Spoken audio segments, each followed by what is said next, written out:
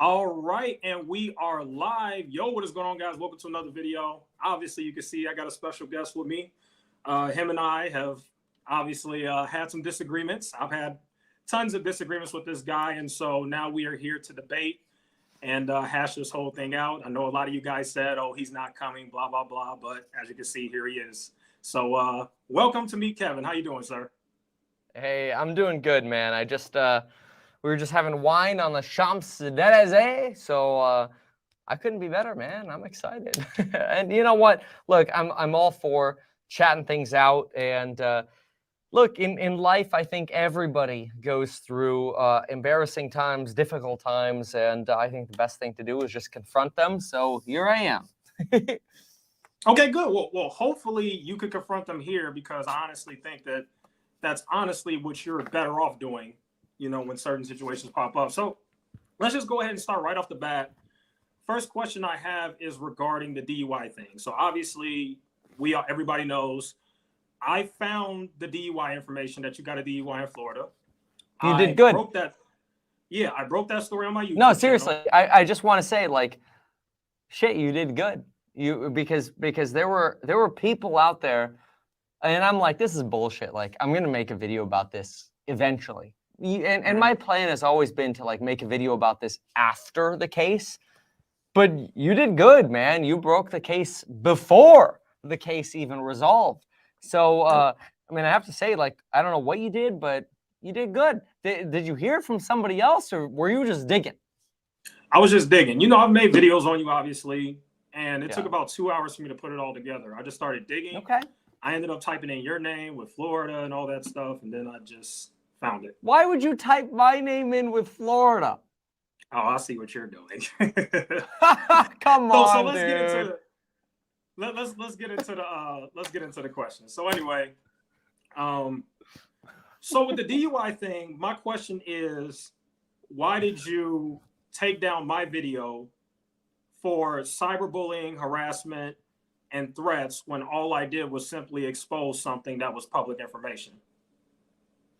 Yeah, I mean, I don't think I took your video down for those things. I also don't know that I have the power to take anybody's videos down for those things. But what I did is I actually have I got the DUI, you know, like the badge cam footage myself. And so I uploaded it to my channel because I plan on releasing it. And I'm like, well, crap, you know, I mean, like, I want the show. Like, I'm starring in it. So I sent YouTube an email and I'm like, yo, this is my shit. I'm starring in it. Like, if anybody's going to post it, let me post it. And I'm going to post it after the case is resolved, which is hopefully within the next, 10 days. And yeah, so honestly, I'm just being a little greedy bitch and wanting to post my own shit myself. Okay, so we'll get to that in a minute. We'll get to that because what you're talking about is the copyright. You're talking about the copyright that you did for everybody who basically, or I guess you didn't do it. You submitted a copyright to YouTube. Everybody else who posted the body cam footage got it. But what I'm talking about is the DUI footage. So why did that get taken down for harassment, bullying, and threats? I don't know what you're dealing with or why that came up. Those phrases came up. I never mentioned those phrases. It's possible that's what YouTube inferred, but all I did was say, like, hey, I uploaded this body cam footage. I'm about to post it in 2 weeks. I'm starring in it. I want it to be my video. And YouTube's like, yep, that's good enough for us. So I'm like, well, all right, cool. Well, honestly, I was not thinking that YouTube was going to be like, yeah, okay, you're starring in it, you're good. I'm like, there's no way they're going for this. They emailed me back after I'm like, you're starring in it, or I'm starring in it, and they're like, yep, sounds good enough for us. I'm like, okay. Right. I mean, I don't know, man. Right. But the body cam footage came out maybe like 5 days after I first broke the DUI story. So what you're saying is you never submitted anything to get my DUI story taken down? Because the body cam footage came later. Yeah, you're right. Okay. Broke the story I see what you're saying. Yes. I see what you're saying. You're saying, like, oh, there's the DUI story and then the body cam footage. I'm trying to think back. It's possible because you had my address in it that you got flagged because of that. That's the only reason. And I think you ended up blurring that later, I but did. that No, might I have blurred come. it in like the first hour. But the problem is it takes like 3 or 4 hours to process. And YouTube is like, when it comes to like cyberbullying or like doxing, they're really fast. So it's possible in a weird way that you could have, and I know this sounds crazy, but my suspicion is that you probably posted your video and it had my address in it. And then it was reported because there were many people texting me going, we're reporting this for doxing. And so it was probably reported at that point. I can guarantee it was reported at that point. And it's possible that YouTube reviewed it here. And it's possible that like the automated systems censored it here, but YouTube's like, shit, we gotta like hide this because it's doxing. Okay. So okay, got it. So yeah. let's just get to the straight answer to the question. So did you ever submit any claim against my DUI video? Yes or no? I have no idea. Sorry, not the video, the DUI story that I broke. It's possible. You're saying you never submitted anything. No, I didn't say that. No. It's entirely possible that we hit the little report button. Entirely possible. Yeah, because it had our address in it, in fairness.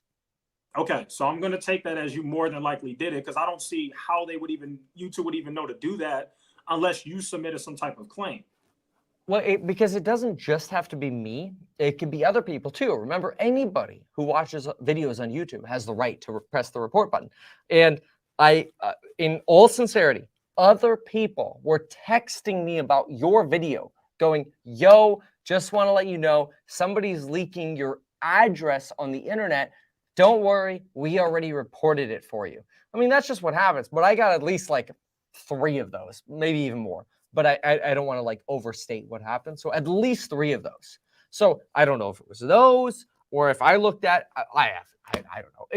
Let's just assume that I reported it because I just want to sound like the asshole. Like, let's just get to the bottom line. Like, fine, maybe I reported it.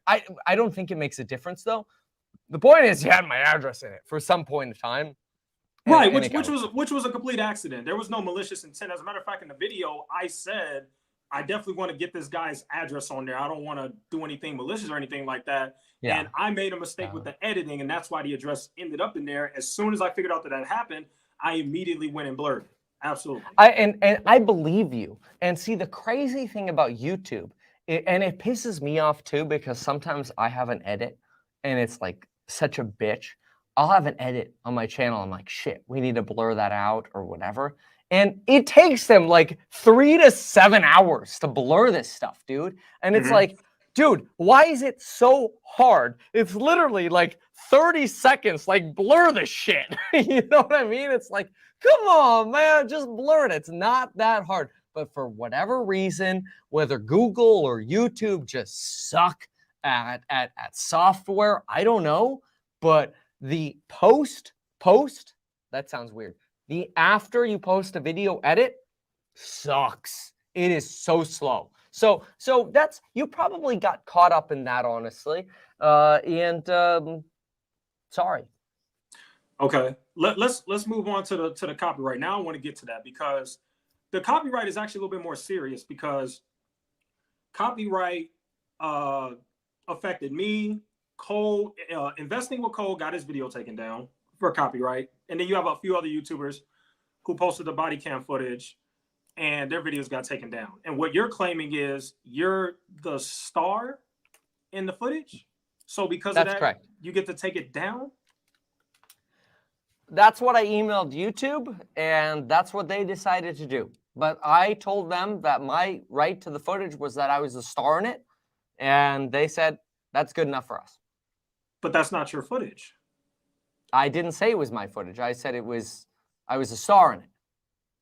Right. So, okay, YouTube has some wacky rules, but do you think that that's the right thing to do, just period? Because I think me and a lot of people, even people who probably support you and love everything you do, probably think that that's wrong because it's just not true. It's not your footage. So how can you claim copyright on something that's not your footage? And also, there's a little bit of biasness here. At least we all think so because you have a very huge following.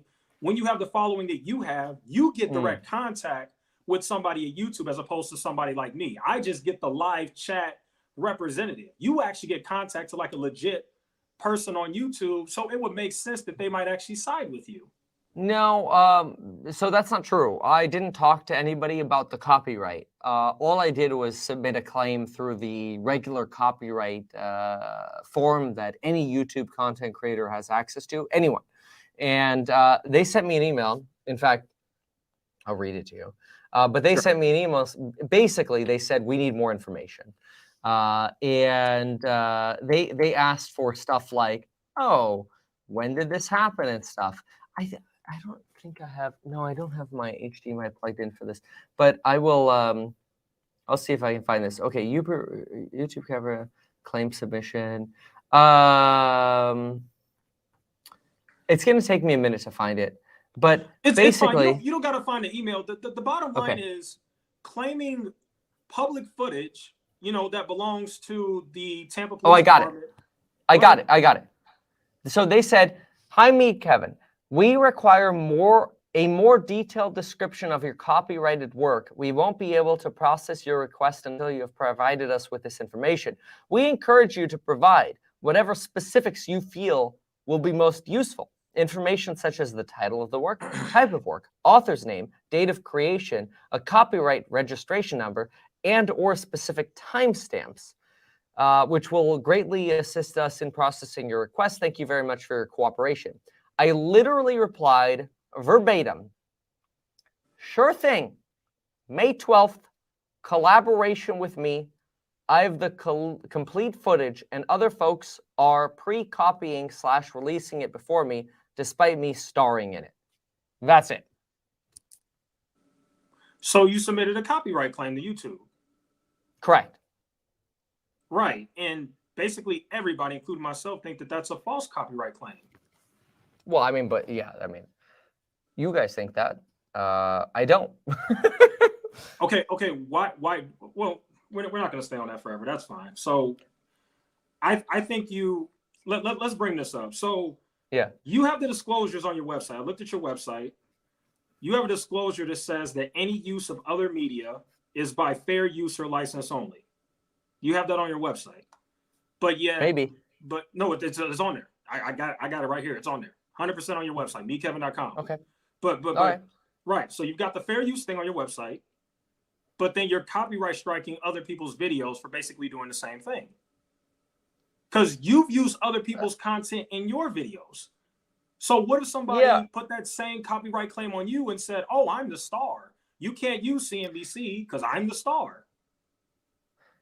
I mean, that's a fair argument. I mean, if, you know, Kevin O'Leary was on CNBC and did a piece on why Bitcoin should go to zero, I mean, in fairness, if Kevin O'Leary's like, fuck you, Meet Kevin, I want to post that shit on my channel, I'd be like, yeah, I mean, in fairness, that is you.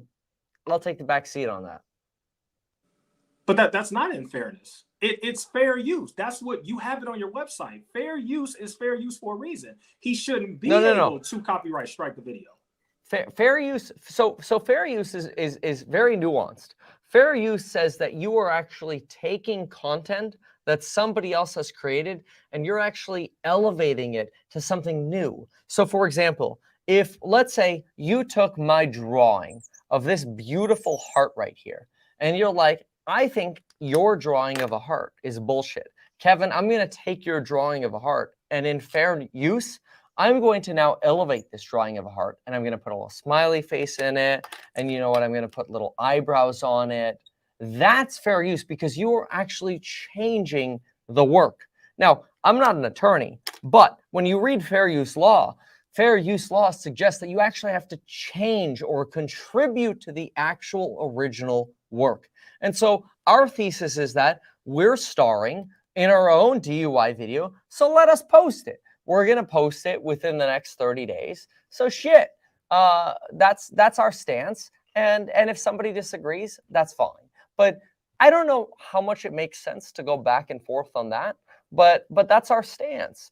And if we're wrong, well, fuck it. It's going to come out anyway. And if we're right, it doesn't matter because it's going to come out anyway. So, no. It matters. No. It matters if you're wrong because you have a brand, right?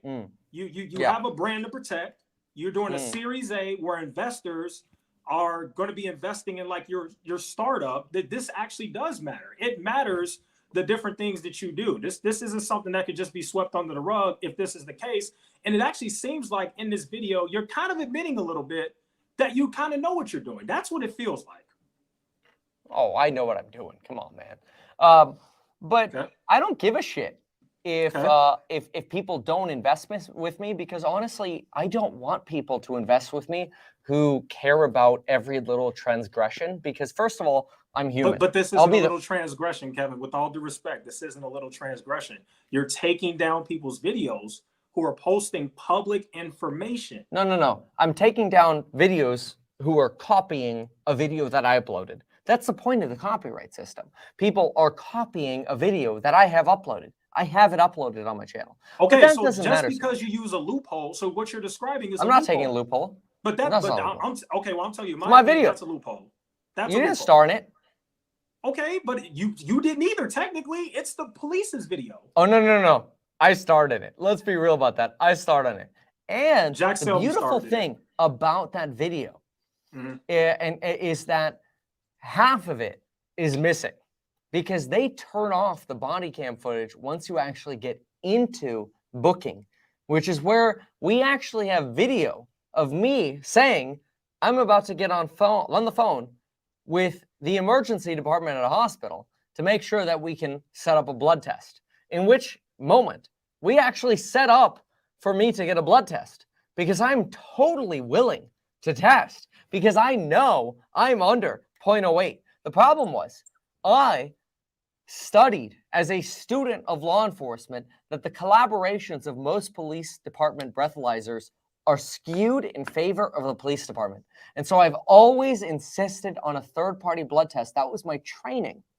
And so this is the problem, is it's important for people to remember that it is legal to drink and drive as long as you are under the limit. And here's the thing, and this is what's so frustrating, and I think this is bullshit, by the way, but it's just human nature. Males versus females. When males drink 2 shots, they're probably like a 0.04. When females have 2 shots, they're probably a 0.10. That's fucked up.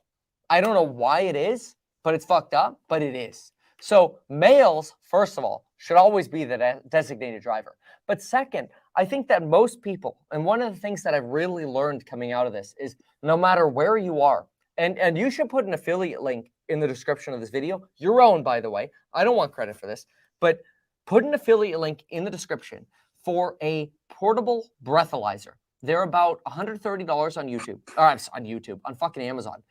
They're on Amazon. They're great for 2 different reasons, I'll tell you. Number 1, don't drive drunk. Never drive over a 0.08. Oh, okay. That's fucked up. All right, Kevin. Wait. The second thing, let me say, the second thing above the 0.08 thing, which I think that's coming off the camera a little bit there, above the 0.08 thing, the cool thing about a portable breathalyzer is it's actually like a hangover device, because if you're blowing 0.14 and you're throwing up, don't get to a 0.14. Get to like a 0.1 and be happy. So there are some cool things you can do with the portable breathalyzers that they have on Amazon. They're not that expensive, and it's a good thing. The problem is the police breathalyzers are usually a little bit rigged in favor of the police departments, and you can't blame them, dude. These people get credits for DUIs. You have to remember that too. Police officers are paid, and I know this because I've been in the police departments. They get paid for, number 1, court time. Court time, very important. Okay, and number 2, you're going on a tangent. Let's get back to let's get back to the point at hand. I'm not putting an affiliate link to, we're not doing that. You should, dude. It's like 10%, bro. You could probably get more money off the portable breathalyzer advertisement than the $2,000 a month I pay you. You don't pay me $2,000. What the? You're right. I'm just fucking with you, stepsis.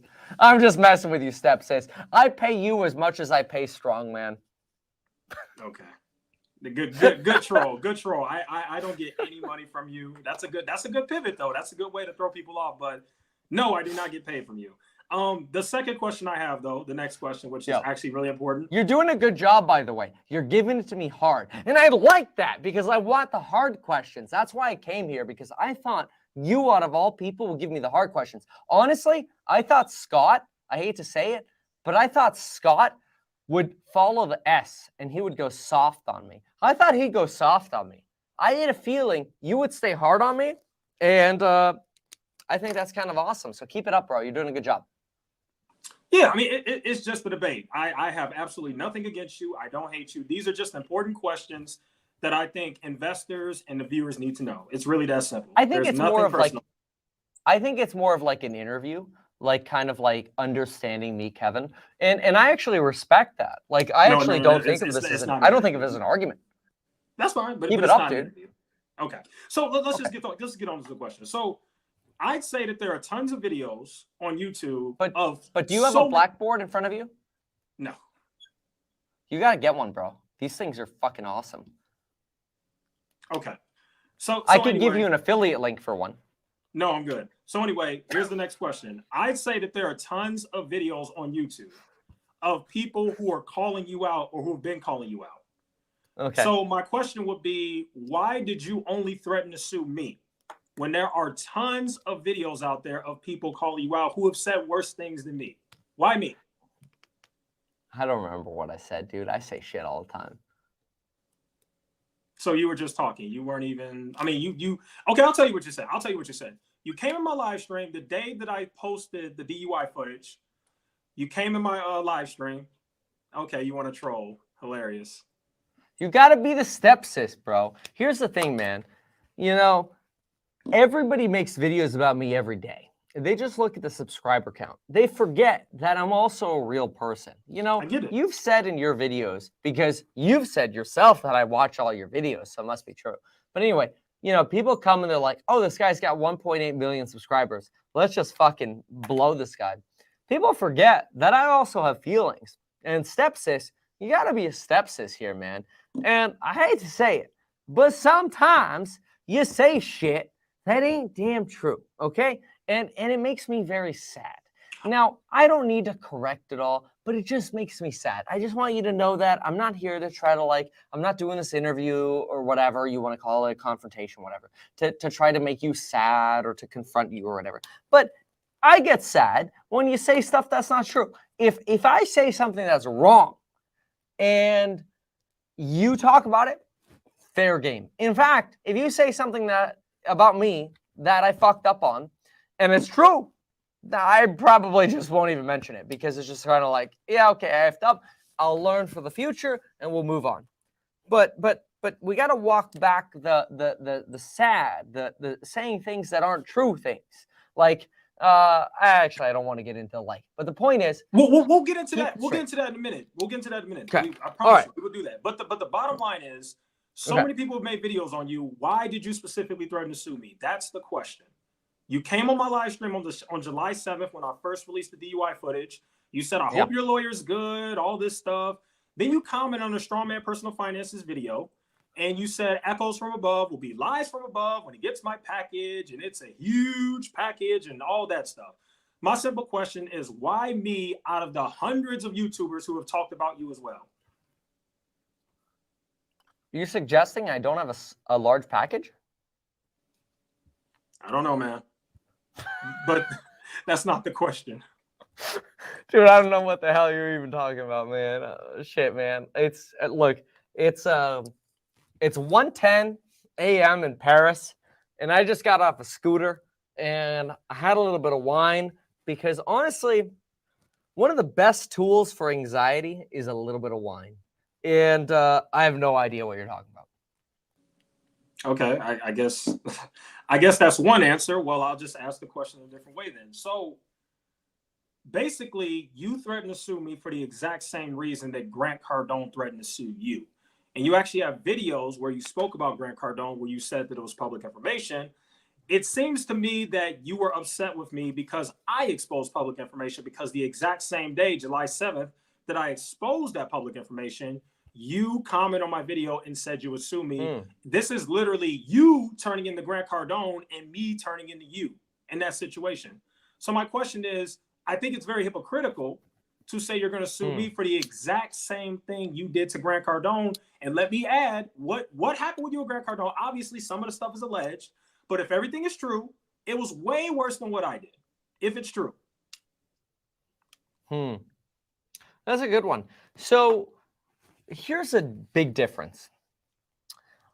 When we talk about Grant Cardone, it's really important to remember that Grant Cardone has always created his content on this idea that investing in single-family homes is a terrible idea, that you can't build wealth by investing in the single-family homes. And so what I did is I made contrary content to this to suggest that you actually should invest in single-family homes and that you could build a lot of wealth by investing in single-family homes. So I delivered flowers to his office to bring attention to my argument. And you were that also, weren't you also Grant Cardone is wrong, that you could bring wealth to people by investing in single-family homes. So I brought a financial argument to another financial YouTuber. I don't hate on him, his personality, or the way he acts, or what he does. I don't care. I care about his bottom line financial suggestions to people, which is that you shouldn't invest in a home, which I think is a terrible idea. I think you should invest in a home.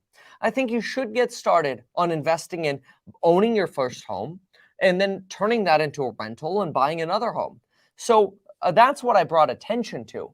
I don't know that you can compare yourself. Maybe you can. I don't know, but you can clarify that now. I don't know that you can compare yourself to providing different financial input or suggestions to what I did to Grant Cardone.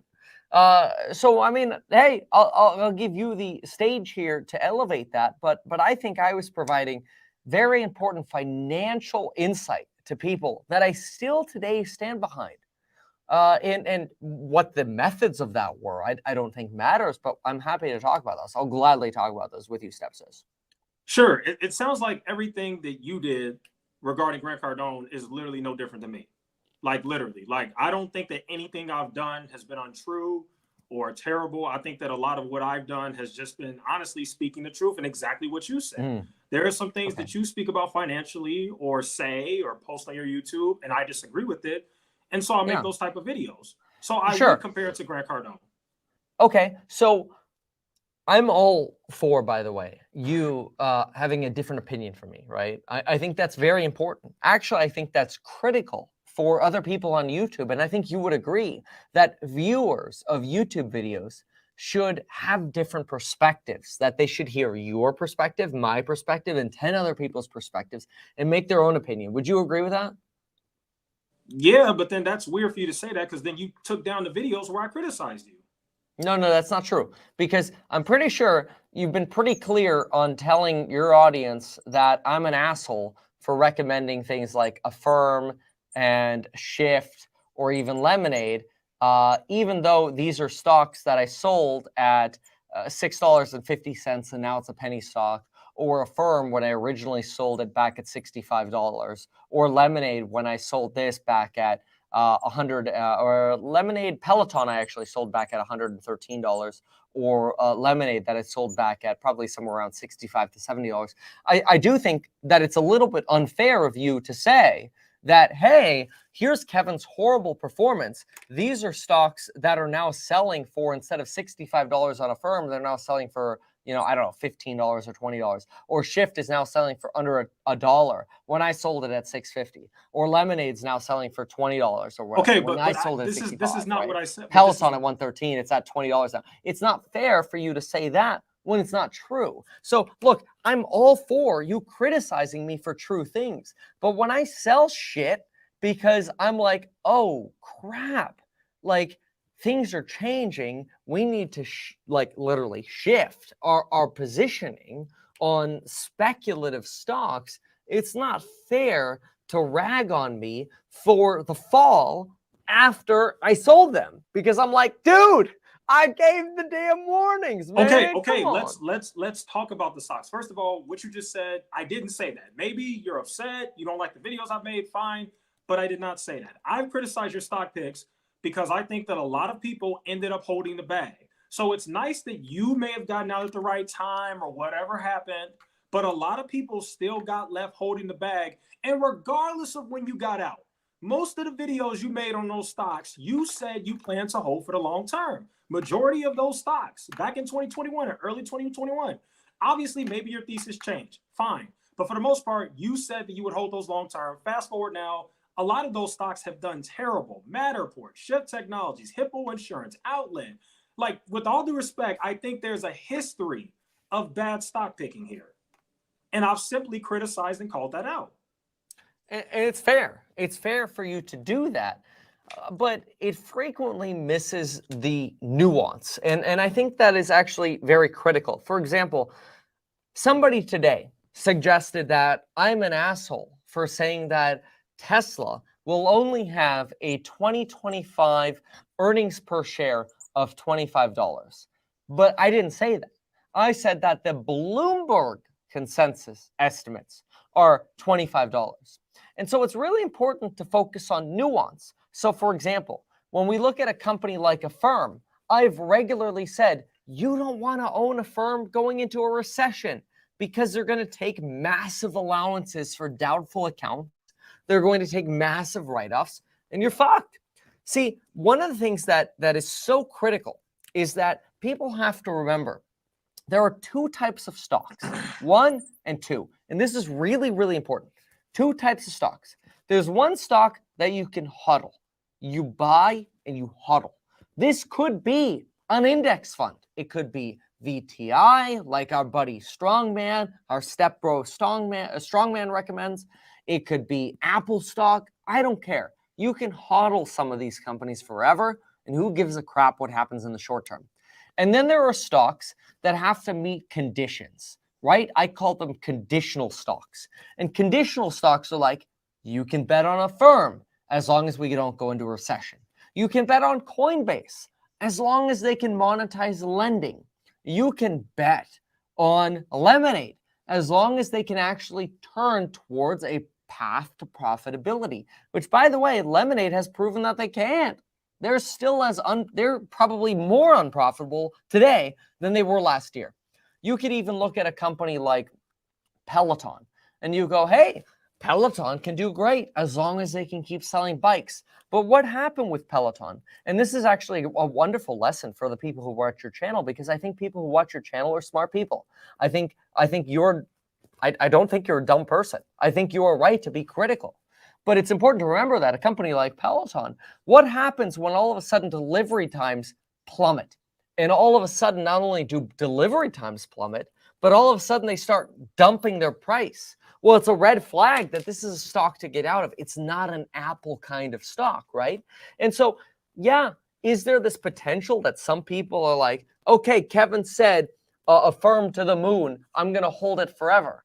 And then totally forgot that I said except in a recession, or Peloton to the moon, except But Kevin, we their didn't wait forget times that. fall or their prices fall. We didn't forget that though. That's what I'm saying. In my videos, that's not what happens in the videos. With a lot of your content, it feels very pumpy. It feels very, this stock to the moon, this stock's gonna do this. Sure, there may be a small section in the video where you're like, hey, everybody, Affirm may not do that well in a recession. But then there's also videos where, if I'm not mistaken, I might be wrong here, but just throwing that disclaimer out there, I think at one point, didn't you say you put like $1.5 million to Affirm or something like that? When it was like maybe $100 or something. I know you bought it at 60 and it did run, so I'll give you that. I'll be fair. But then you also, I believe, bought it at like over $100. So that type of stuff seems to come into question. And I just think for you, it's important, because I really want something to come out of this. I really do. This isn't an attack interview. I really want something to come out of this. Yeah. So what I want to come out of this is when you make those type of videos, maybe be more cognizant that a lot of people are going to follow it and they're probably going to get destroyed. So I just think there needs to be a lot more responsibility with stocks that are being picked. Maybe if you do the YOLOs, which I know you like to do, maybe just put that in the Discord with the course members. Maybe not even post that on YouTube, because at least the people in the Discord know when you got in and when you got out. The people following on YouTube and don't have Discord have no idea when you got in and when you got out. And we all know for a fact that there are tons of people who follow you. I know legally we can't say that, but we all know it. Well, so there are a couple things to break down here. First of all, look, yeah, I mentioned things in the Discord first, but for example, with lemonade, let's just use that as an example. I sold lemonade at $113. It was still roughly at $113 when I was mentioning it on my daily live streams that I've got some concerns here. This is a potential stock to sell. Now, that doesn't mean that it's my job to run your portfolio, because it's not. I'm not your financial advisor. I don't know everybody's personal financial situations. And it's not my fault if people watch one video and they say, oh, this sounds really good, and they ignore the caution signs, and then they don't follow up on those caution signs. The second part of what you've stated is that you're kind of undermining my risk factors part of my videos. You're suggesting that I'm kind of downplaying the risk factors. I don't necessarily agree with that. I think some of the most important parts of my videos are my risk factors. In fact, I get on a daily basis, and by the way, this is psychologically terrible. It's very, very bad. But on a daily basis, I get called the king of FUD.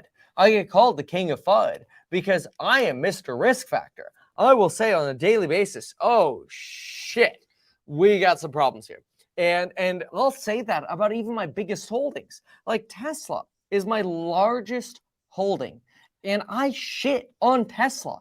I do that because I want people to be aware of the risk factors. I shit on Affirm, I shit on Lemonade, all of the companies that I've invested in, I've pooped on, because I personally believe the best way to be a long-term investor is either a basket of index funds, or if you're picking stocks, pick stocks, but be aware of the poop falls. Because if you're not aware of where it could go wrong, you'll get screwed. So if you want to be a stock picker and then you decide to go, la, la, la, la, I'm not going to pay attention to the risk factors, that's your goddamn problem. But I'm going to make them crystal clear. And that's why I get called King FUD. Dude, I get so many people on a daily basis that are like, I'm unsubscribing, you're just Mr. FUD. But you got to understand FUD to know when to invest. You know, it's like inflation today. People are like, bullshit, Kevin, inflation's going to 10%. I'm like, I actually don't think so. I think inflation break-evens are plummeting. And inflation break-evens plummet, guess what? About 2 to 3 months before CPI plummets. So I think, mark my words here, you can make a video on this, because if I'm wrong, I'm wrong. If I'm right, which I think I will be, then I'll be right. Okay, who cares? But the point is, I think within a span of 3 to 6 months, inflation is going to substantially plummet. And so that's the way I'm investing today. And if people listen to me today and they're like, well, Kevin, you told us about how bad inflation is today. And in the same video, I'm like, yeah, but I think it's going to come down. But they decided to attach themselves to this idea that inflation's bad today. That's their fucking problem. Like, all I can do is give you all the information I have. That's all I can do. And ultimately, I'm not making stock moves for you. You have to make that decision yourself. And if you like my opinions, please continue to watch. And if you don't, fine, don't watch. Fine, fair enough. So moving on to the next question. This video is now gone, but I can still address it because it's not anything crazy. You made a video at one point responding to Chicken Genius. And in that video, you specifically said that you believe that your courses are better than Harvard and Yale. Yeah. And I have a contention with that too, because this is some of the brightest, best investors ever went to these schools. Jamie Dimon, Bill Ackman, Ray Dalio, all kinds of people went to these schools, but you're claiming that your courses are better. Yeah. So my question will be, do you still believe that? And how do you possibly defend something like that?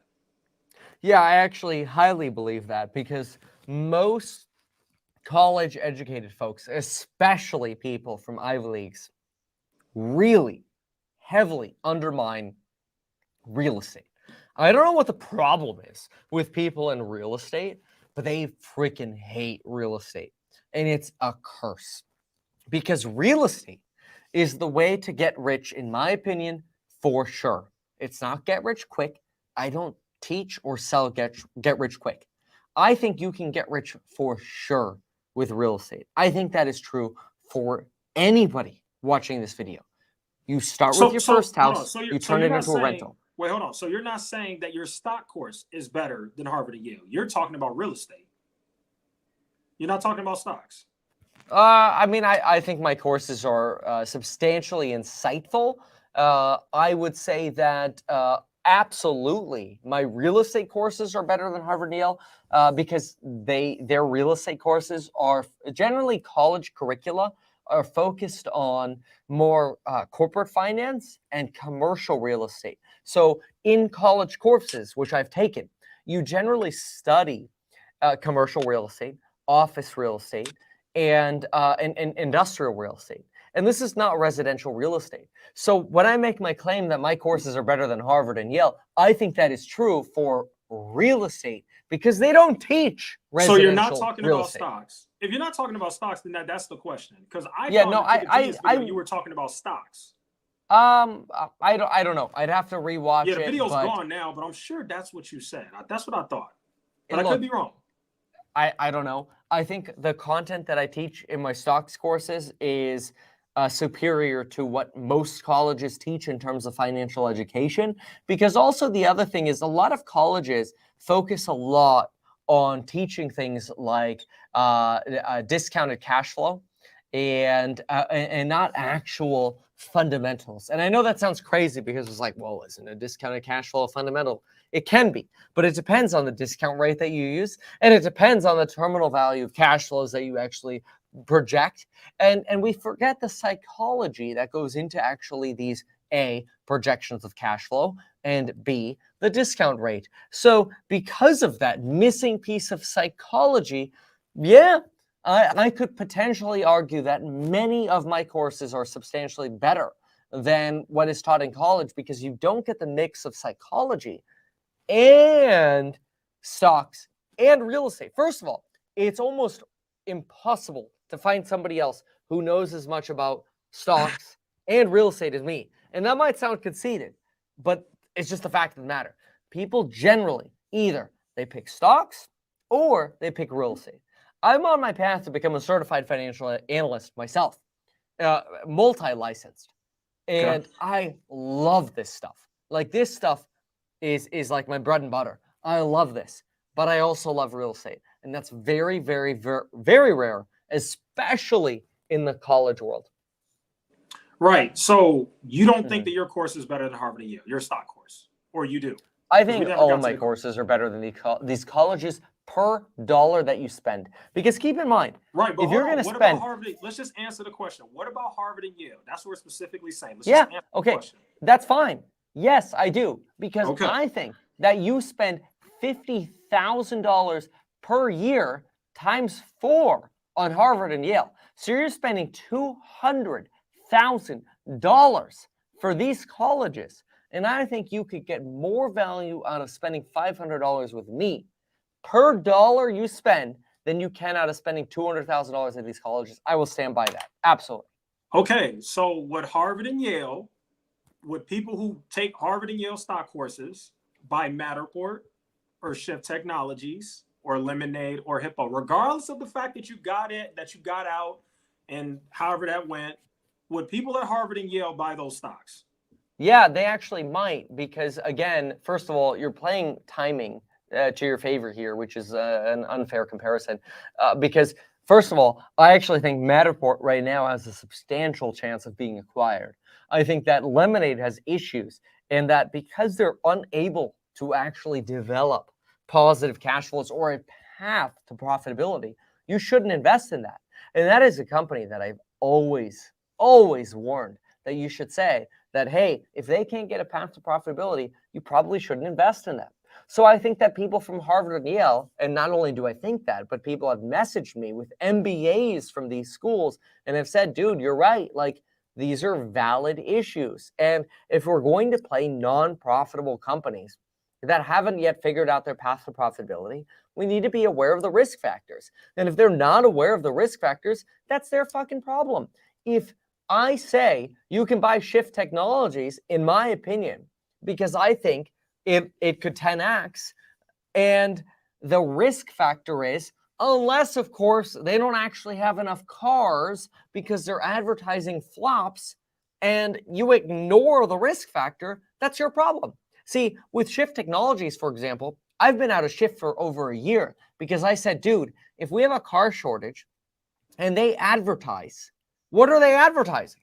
They advertise, people go download the Shift app and they're like, dude, you have 2 SUVs. I really want an SUV and you have 2. F you, I'm not using your platform. You're wasting your advertising dollars. I've made that a very clear risk factor for Shift for over a year and a half. And that's why I'm not in Shift. And I think that people from Harvard or Yale are like, yeah, I heard you say that in the first video, and I understand that. If they don't, that's their problem. I'm not their financial advisor, and I'm not their portfolio manager, which I also make clear in every single video. I can talk about stocks. I can talk about how great I think Tesla is today, but I can also tell you that I think Tesla has serious risk factors. If Tesla does not maintain a 50% growth rate, compounded annual rate of return, they're not going to grow the way all the Tesla bulls think they will grow. And I get a lot of hate for that. I get a ton of hate because all the Tesla bulls are like, F you, Kevin. Tesla's the best company in the world. We're all in. And I'm like, if they don't grow at a 50% clip, you're fucked. And all people hear is, okay, Kevin is a Tesla bull, and then they invest in Tesla, and Tesla doesn't meet the 50% growth rate, and they hodl. That's their problem. I'm not people's portfolio manager. If people want me to be their portfolio manager, then what I need to do is create an ETF or a hedge fund, and then people can invest in me as their portfolio manager. But as a financial content creator, I'm not people's portfolio manager, and I will never be. Okay, got it.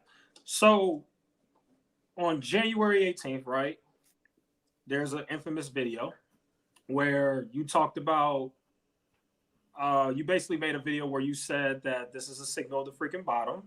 I'm not effing leaving, all that stuff on January 18th. Then on January 20th, you said you put $1.5 million into the market in stocks and options in a video that was titled SH, you guys know what, which came out on January 20th. And then you made another video where you were driving in your Tesla, and you said you got to look at your portfolio and you got to ask yourself, are you somebody that's willing to sit on a portfolio that's red for a year or 18 months or longer? And then after that, you made the super infamous video on January 22nd, where you basically said that you sold everything. You basically sold all of your stocks, every single thing, Tesla, everything you were bullish on. And so my main question would be, do you understand why you got so much backlash for that? Do you understand why people were so upset about that? I understand it, but I disagree with it. I really do. Because, see, here's the thing. The way you have to look at this is think about you driving on the highway, okay? You're driving at 80 miles an hour going in this direction. And this direction is, we are by the effing dip, baby. We are on a roll. Increase the shares of your quantity because we are on a roll. And all of a sudden, I saw a sign. And that sign said, holy shit, we might get Paul Volckered. Because in January, we were facing a wage price spiral, inflation out of control, the Fed not doing shit other than buying more bonds and contributing to the inflation problem. Okay?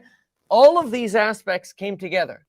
And over the span of 1 to 2 nights, I'm like, oh my God, that is a very bad sign.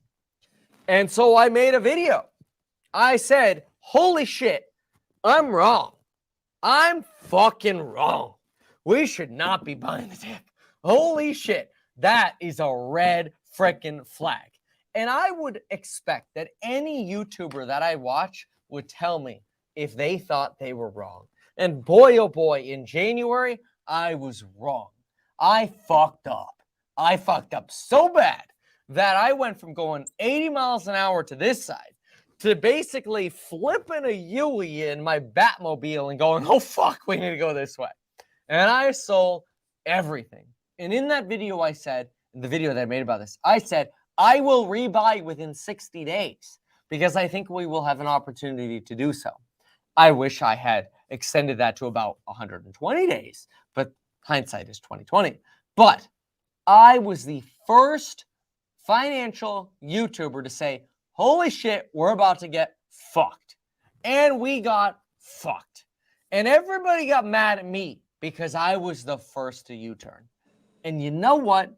If people are that short-sighted to go, dude, you said buy the dip on the 18th and then you flipped on the 21st. Yeah, because I saw the sign, bitch. And if they're that short-sighted to say, F meet Kevin, I'm unsubscribing, then fuck them. Because the next time I see a U-turn, they won't get my heads up. I don't give a shit. I will always report on my channel what the hell I think is going on. And for the last 6 months, I've been saying, okay, all right, we're going to go through a shitstorm. This is going to suck. 2022 is going to suck. You got to choose companies very carefully, and you got to be very, very cautious. And for the last 2.5 months, I've been saying, F it. Buy great companies. I think we're close to a bottom, and I agree with that now. And if people take that to heart and they buy great companies right now, like Nvidia at 170 or Tesla at 800, great. If they make money from that, great. If they lose money, it's their fucking problem. It's not my problem. I'm not their financial advisor. But I will tell you, and that is one thing you will always know about the Meet Kevin channel, is I will tell you what I'm seeing. That's it. If that means I'm not a Graham Stephan who's like, see, I always told you, just buy the index funds. They always do well. Oh, yeah, just max out your Roth. Oh, well, that's not who I am. I will tell you shit that's changing as I see it. And if that seems flip-floppy, I don't give a fuck. That's what I'm seeing. And if you don't like that, don't watch. That's all I got to say about that. But doesn't that go against pretty much everything that you preach in your stock course? Because I think one of the rules that we I think one of the rules that we know as investors is you never sell all your stocks. If you're a long-term holder, you're a long-term holder. So you don't. So are you more of a trader then? Are you a trend trader? Because Warren Buffett didn't sell all the stocks. I can't think of any legendary investors sold all their stocks. Wrong. Okay, please. You could Google Warren Buffett sells everything. And you will find when Warren Buffett sold everything. Because Warren Buffett has sold everything. Because Warren Buffett was so concerned about the economy in the 70s that he sold everything. He has sold everything. So we don't need to bring up Warren Buffett because he too has sold everything. But that doesn't matter. Because there's a difference between being a trader and being an investor. A trader is regularly looking for momentum changes. An investor looks at the macroeconomic cycles and says, okay, shit, we're in a period of euphoria. Let's limit our purchases. That's what a savvy investor does. A savvy investor says, we're in a period of depression or sadness or fear. Let's ramp up our purchases. You can be an investor and invest more when people are fearful and less when people are being greedy. That does not make you a trader, which also somewhat implies that being a trader is somehow a bad thing. It's not. If you want to be a trader, go for it. I'm not a trader. My belief, and this is what I teach in the courses, is that most people, and when I say most people, which I clarify in the courses, I believe that 90+% of people should buy a basket of index funds. That's a balance between the Russell, the S&P, the NASDAQ, and the Dow. And they should adjust that balance as they personally see fit. But they should invest in a basket of index funds, and that's it. It's that simple. That's what I think most people should do. That's not financial advice for them because I don't know their personal financial situations, but that's what I think most people should do. Now, that does not mean that's what I do. Just because I teach, you should invest. Like if I said to you, Echoes, bro, Echoes, I think you're a smart guy. I think you ask critical questions. You know, honestly, I think maybe you should invest in a basket of index funds. That doesn't mean that I need to do that. I can do whatever the fuck I want. If I'm like, bitch, I'm YOLOing everything on Tesla because that's what I want to do, that does not mean that's what I teach. If I teach you invest in a basket, that is separate but you're the from what originator Kevin of the does. course. It doesn't matter. It doesn't matter. You're going against what you preach in the course. No. It does matter. But no. The course never, ever says, Kevin exactly does, which is invest in only the basket of index funds. I don't. I literally don't. I have zero money right now in a basket of index funds because it's fucking boring to me. I don't give a shit about index funds. I hate index funds. I don't want to own the tobacco companies in the S&P 500. But when I teach a program that's designed to help people get to a financial savviness state of building the most wealth for themselves on an average, do I think the best thing to do for them is to try to YOLO stock pick? Hell no. They should pick a basket of index funds, in my opinion. Not financial advice for them, but that's what I think most people should do. Is that what I'm going to do? Hell no, because I want to do whatever the fuck I want to do. And if I think I've got a really good opportunity to make a 3x on Tesla, that's what I'm going to do. Do I teach you should YOLO into Tesla? Abso-freaking-lutely not, because if Tesla goes bankrupt, I will absolutely not have the blood on my hands of saying people should go all in on Tesla. If Tesla goes bankrupt, guess what? I will survive. I will be okay. I don't have that confidence for anybody else.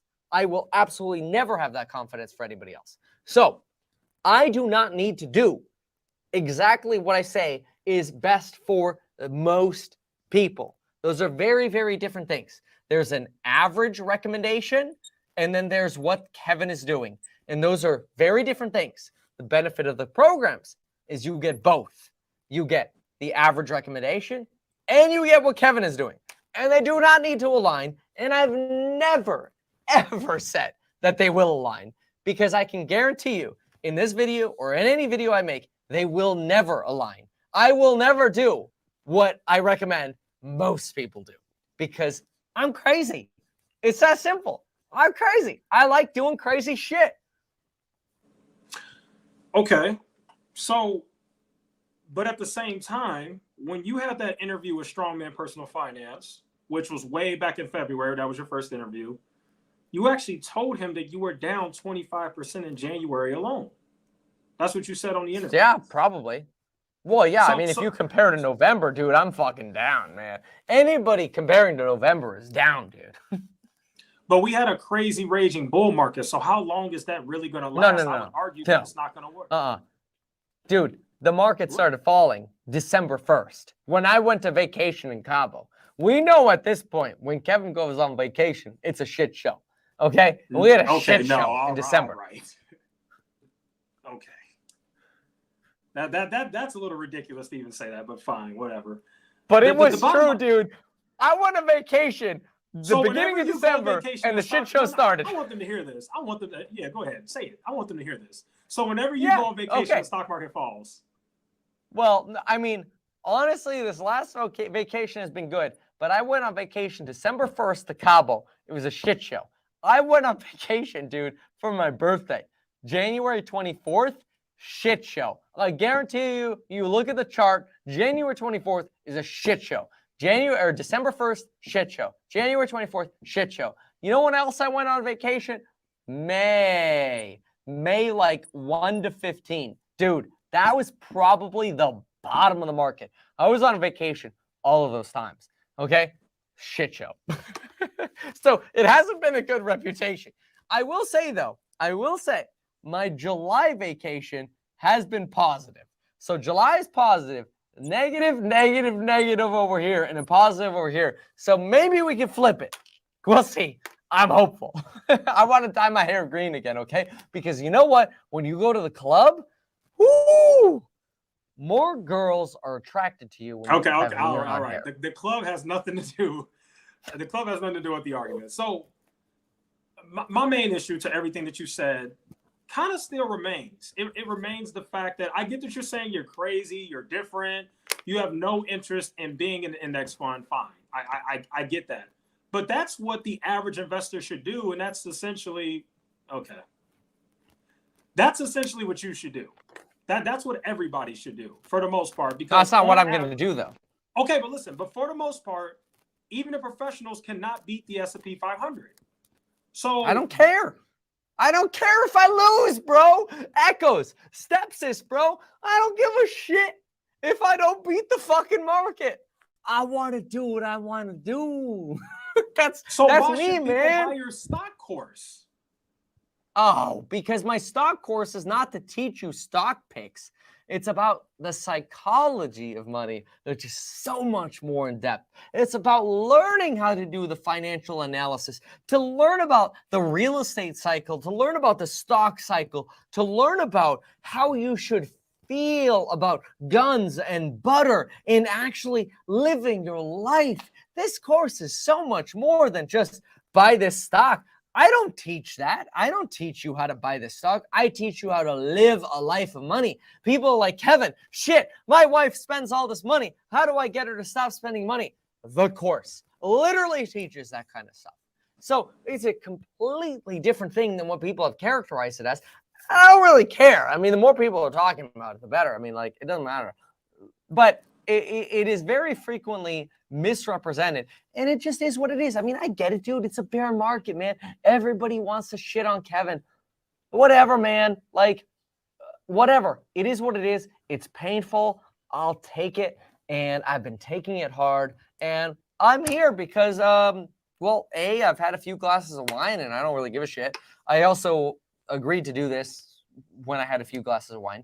But I'm actually happy to be here because I don't think you're as bad as some of the other people.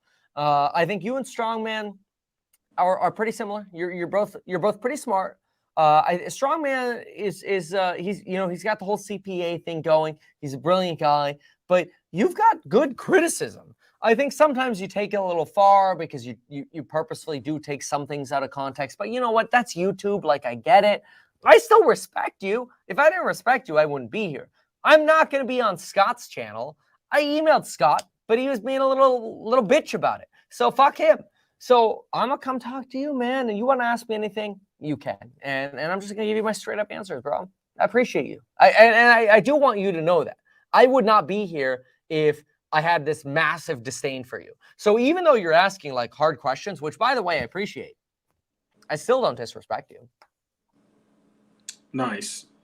And yeah, again, this is just me looking out for investors here. It's nothing malicious like some other people or however you may feel about that. Can we talk about you should do that though. It's so important because honestly, like if you think about it, there should be people like you for every hedge fund that exists. Imagine people like you were able to get like the inside like intel of like what ARK Invest is talking about or what the other ETF hedge fund managers or whatever are talking about. Bro, please. Like, I'm a fan of journalism. Put this shit out there, man. Keep doing you, man. You're doing a good thing. Appreciate it. So again, let's get to the CEOs. So you interviewed a bunch of CEOs, some crypto ones. Yeah. Voyager Digital, Hut 8 Mining, BlockFi, which apparently you gave money to like a venture capital fund and they put money in there and blah, blah, blah. You invested in some of those things. Did you ever get paid to do those interviews? No, never. I've never been paid for an interview. So I wanted to do this thing because everybody was getting into podcasts. So I'm like, okay, well, I'll do my own show and I'll just call every show an interview with a CEO. And so we would just email a bunch of companies, be like, come on, you know? And the thing about crypto is crypto was always so popular. Like people wanted to know about crypto. And so my goal was always like, all right, well, let's give the people what they want. And so I'd get crypto CEOs on. I was proud about, dude, I had to fight to get the BlockFi CEO on. And that doesn't mean like I am perfect because obviously I had the BlockFi CEO on. And in my BlockFi CEO interview and my Voyager Digital interview, you can like, if you really watch those interviews, you're like, Kevin's a little sussed out. Yet I still ended up investing money into BlockFi. I feel like such a dumbass, dude. I feel so stupid because I'm like, I called the red flags and I still invested money. Like, how many drinks should I be buying myself to get over that? I don't know. I think I got a lifetime of drinks for that. But like, the beautiful thing about it, though, is I hope that through my interviews, because I didn't say in my interviews that I'm investing in these companies, right? I hope that in my interviews, people would pick up on the skepticism of like, oh shit, yeah, okay, that could be a danger, that could be a risk. And even sometimes things that I didn't pick up on. So I'm all for more perspective. And if you could get crypto CEOs on who ended up being scummy, great. Like personally, I interviewed Richard Hart from like the Hex Coin or whatever. Dude, he's got a freaking army of trolls. But anyway, that interview, if you watch that interview, you can tell the entire interview long, I'm like, this guy's a fraud. The entire interview long. And I was so sussed out.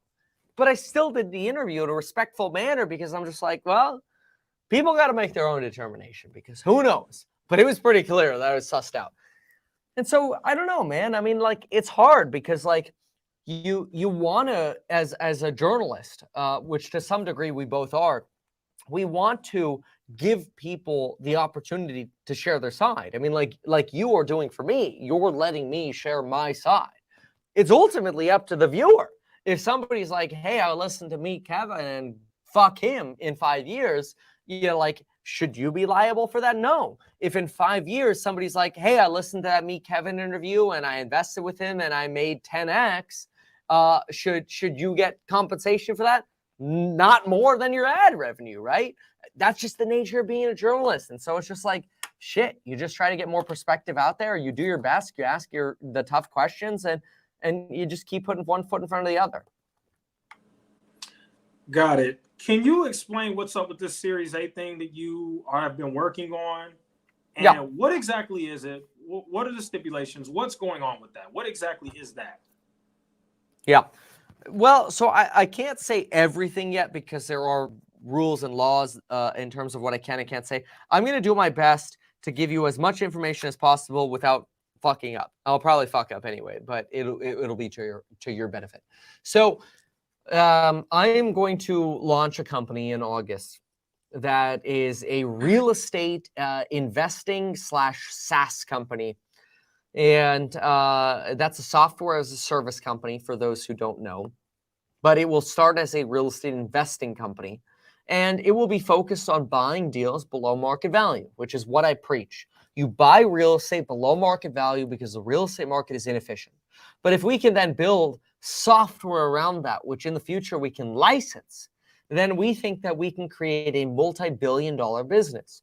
Maybe we won't. I don't know. But what I will say, and I hope this doesn't cause problems. This is I just let me try to at least do my best here. This is not a solicitation for anyone to invest in with me. This is not a solicitation for anything, okay? Whatever you think this is just me bullshitting, okay? This is not anything that is promising anything. Okay, I think I've done enough disclosure. My goal, between you and me, stepsis, okay? My goal is if I put $1 into this company, and somebody else puts $1 into this company, we are equal. And my promise will be that I will get 0 of my money back until we IPO and we actually reach a certain valuation that is a multiple of what the original valuation was, which again will be par to what other people have. Now, in the future, post-IPO only, there will be options which will give me financial benefit, obviously, because like the CEO makes money either through a salary or options. My options will only make money post an IPO. Those will be dilutive. They will dilute the stock. But we hope that that dilution, well, we actually will put that in writing, that dilution will only happen upon like a 2x, a 4x, an 8x, 12x, whatever, right? And initially, when I put 7 figures into this money, it will be equal to what everybody else's money is worth. And I will be able to take no money out until we actually IPO at a valuation, which the public will determine, not underwriters at stupid banks or whatever, but the public will determine after an IPO at some point in the future, which could be 4 years from now, it could be 6 years from now, it could be 10 years from now. I don't know. But The point of this, honestly, between you and me, stepsis, is this is my dream. Like, my dream is to build a company where I'm not taking any pay until after we IPO. And my goal is not to make any money until after we actually make our original investors money, but we actually want to make an amazing company. That's my dream. I don't give a shit about the money. I want to create a company where my children in the future are like, holy shit, my dad did that. That's my dream. I think I'm on this planet to do that in the real estate space. And if I fail, then we all lose. If I succeed, then we all succeed. That's the way it is. This is not some like, oh, Kevin's supposed to try to like get rich on this by diluting all the people who invest day one or whatever. It's supposed to be the most fair venture capital investment that has ever existed, because I'm just for fairness and transparency. That's just my goal. So yeah, that's what I can say. Okay, going back to the DUI situation, and everything that took place in Florida. What happened with that, and why didn't you guys call an Uber to even get into that situation? Why wasn't an Uber called? Yeah. So first of all, it's very important to remember that it is legal. It is legal to drive under 0.08. And so since Florida, we have actually been really, really into using portable breathalyzers because they're phenomenal. And I can realize that, oh my gosh, 99% of the time, I don't exceed this. I'm like 0.03, 0.06. And so some people might say, but Kevin, that's still drinking and driving. And that's true. It is still drinking and driving to be a 0.03 when the limit is 0.08. But it is not illegal. And so then that begs the question, why does Kevin have alcohol? Okay. Well, here's why. And this is personal, but I don't mind talking about it. I don't 420. I don't marijuana. I don't do pills. I don't do vitamins. I don't do anything other than alcohol. Why? Well, the reason that I drink is solely because of this word right here. I have massive anxiety problems. I don't know what the fuck is wrong with me, but I've been to a throat doctor because I've thought I've had throat cancer. I've been to a heart specialist because I thought I was going to have a heart attack and die. I've had chest pain, throat pain, headaches, everything. Everything under the book that basically says I'm going to die. And all of the doctors tell me, Kevin, you have anxiety. And so what solves this for me is alcohol. So I drink alcohol at the end of the day. I don't drink to get drunk. I drink to take the edge off, to relax, to be with my family, and to stop thinking about work, and to just settle down. Some people don't like alcohol. That's fine. Some people don't like women. Some people don't like guys. That's humans. Everybody has their preferences. I like having a little bit. I don't mean to get plastered or drunk or wasted or blackout or hangover drunk or whatever. And so what happened in Florida is basically I went out with a group of people who ended up getting drunk. They were plastered. I drank starting at about 5 p.m. and didn't drink until about 10 p.m. or didn't drive until about 10 p.m. And I believed that my body metabolized enough alcohol between that time and 10 p.m. to where I was fine. And I got pulled over for running a stop sign, which I completely admit I ran that stop sign. It was at the bottom of an off-ramp, which was the most weird stop sign I've ever seen in my life. It was a freeway going like 70 miles an hour. And they put a stop sign here. And a cop's just straight up parked right here watching that stop sign. Probably because they know people don't stop at the bottom of an off-ramp. I've never seen that before in my life. But and were the people in the car sober? No. The other people know. But I absolutely believe that I was under a 0.08. Now, you can sound happy and euphoric at a 0.02, and that's important to remember. In fact, I would encourage people to have a double shot of tequila and then breathalyze themselves after an hour. And they'll probably be somewhere between, if they're a guy, a 0.02 and a 0.04. Probably. If they're a female, they'll probably be double this. That's just biochemistry. I don't know why. Sorry, female. That's just the way it works. Females. But anyway, that's under the limit. And the point is, I highly believe, I can almost guarantee I was under that. However, I was trained as a police explorer that you never consent to breath, you request blood, because blood is accurate. Blood is like 99.8% accurate, we were told, whereas breathalyzers, we were told, were 70% accurate. And I'm like, fuck that. Give me blood. And the officer said, you can have blood if you want. Call the hospital. So I called the damn hospital. I have a video of this. Me saying, I'm about to call the hospital. I've gotten consent to get on my phone and call the hospital. And I'm like, let's go. And the cop says, after I call the hospital and set up the damn appointment, the cop's like, you know what? Fuck you. I ain't driving you to the hospital basically because I don't like you. And I'm like, well, fuck you. I am blowing in your fucking breathalyzer. And so there you go. So now we're in a situation where we have to have a lawsuit over this. I have to win in a criminal case to suggest that there's no way you have evidence to say I was over a .08, which they don't. So I expect to win that. And then we have to countersue them for false arrest because you fucked up and didn't let me get my blood test to actually prove where I was. Which, even if they have gotten, like, they could have gotten blood, and let's say I was a .06, they could have just backdated the time and said, well, you could have been a .09 when you were driving. But they didn't even do that because they didn't understand their protocol. So fuck them. That's my stance. That's my position. And that's what I stand behind. So yeah, look, in retrospect, if I look back and I'm like, well, I should have just been a little less stubborn and just blown, fine. I would have honestly probably at that time blown like a .02 or a .00.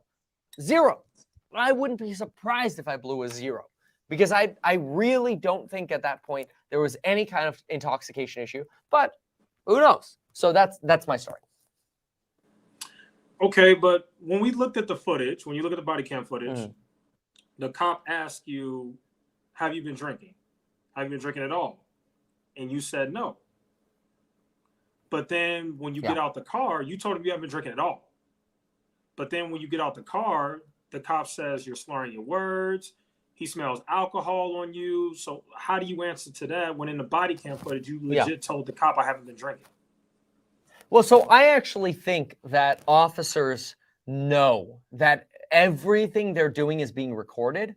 And so I think it makes sense because guess what?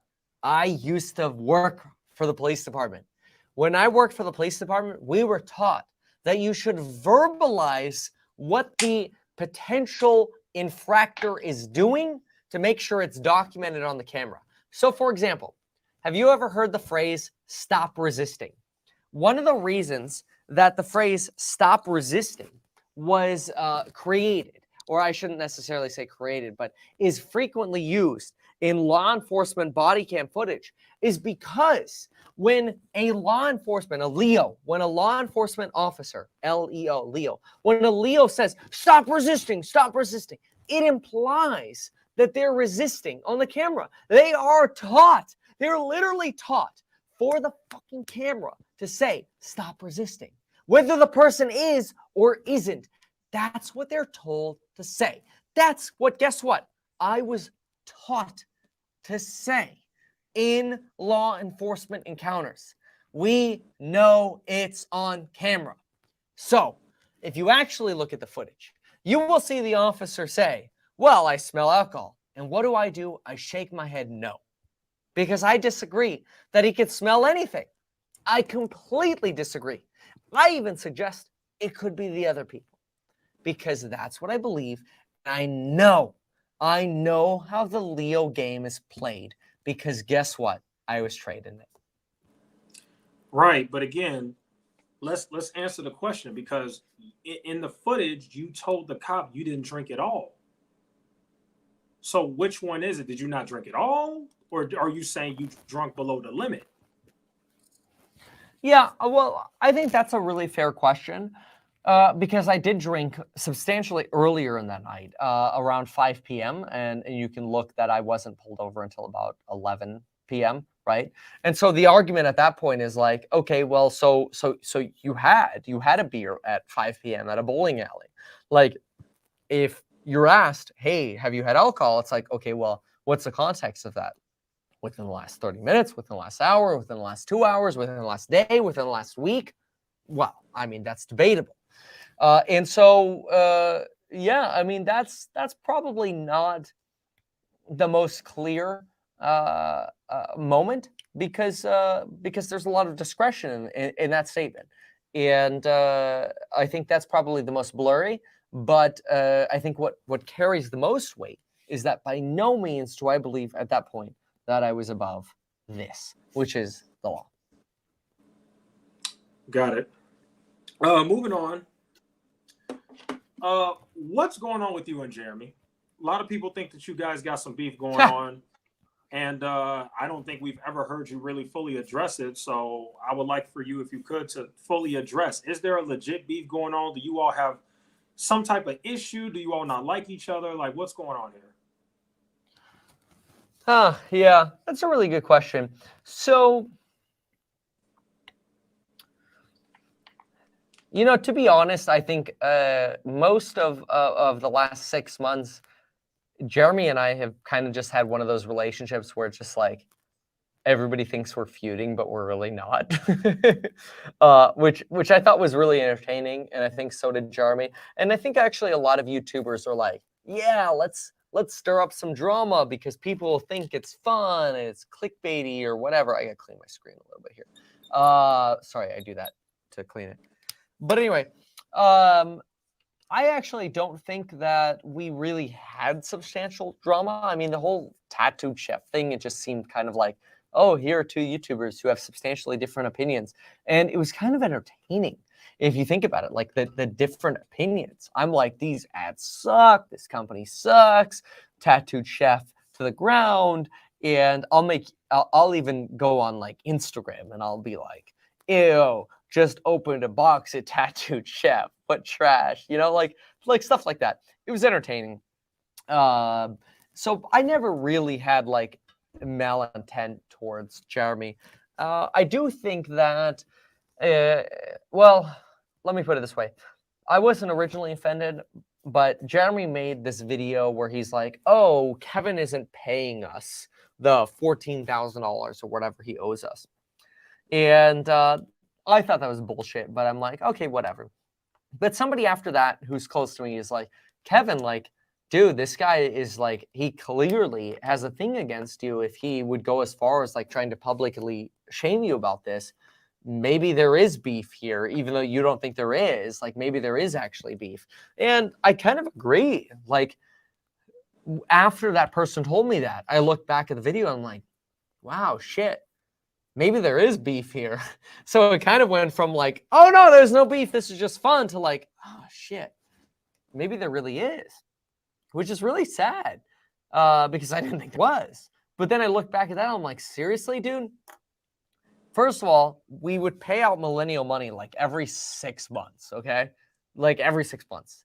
And you send me the PayPals to pay you all on a Monday, okay? I don't drop everything that I'm doing to pay people instantly. I don't do that because I literally get 100 bills a week and I would do nothing other than, oh shit, I got to pay a bill. Oh shit, I got to pay a bill. Oh shit, I got to pay a bill. Like I couldn't operate. I couldn't run a business if that's all I was doing.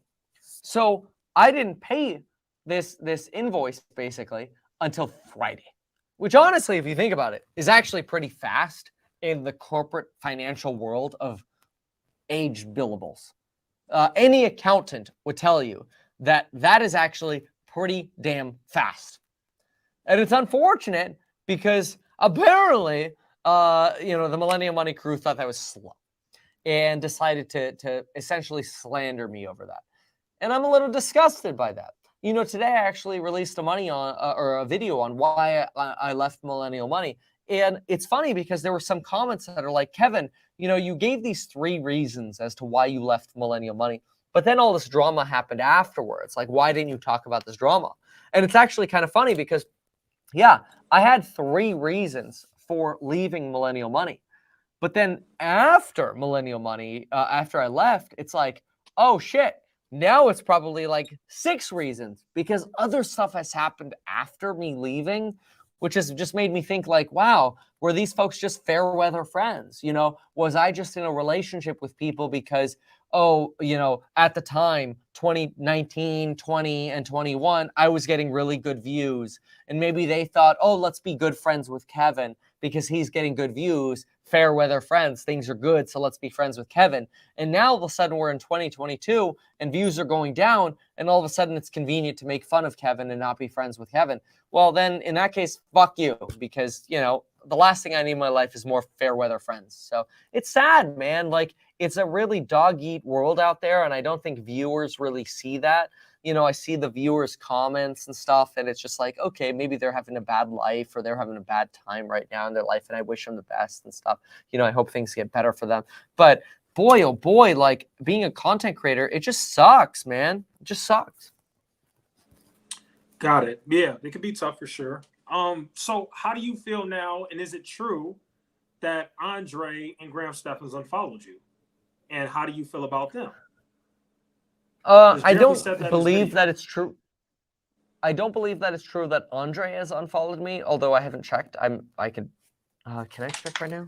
I actually, where's my phone? Oh, it's right here. I'll check right now. Yeah, Jeremy said I they think both that unfollowed you on Instagram. Go ahead. I don't think Andre did. I don't think so. But Graham did, which was quite an insult. Andre follows me on Instagram, and I'm pretty sure Graham does not. So I just confirmed that, and then Graham does not. So, you know, it's sad because, you know, I think Graham was upset because I didn't go to his fight, but his fight coincided with this disaster in Florida. I actually paid, out of all the people who went to his fight, I paid $2,000 out of pocket to get front row seats to go to his fight. But his fight coincided with the drama that happened, unfortunately, with Tampa. And, well, shit, what are you supposed to do? You know, it happens. So I couldn't go. And I think he was really offended by that.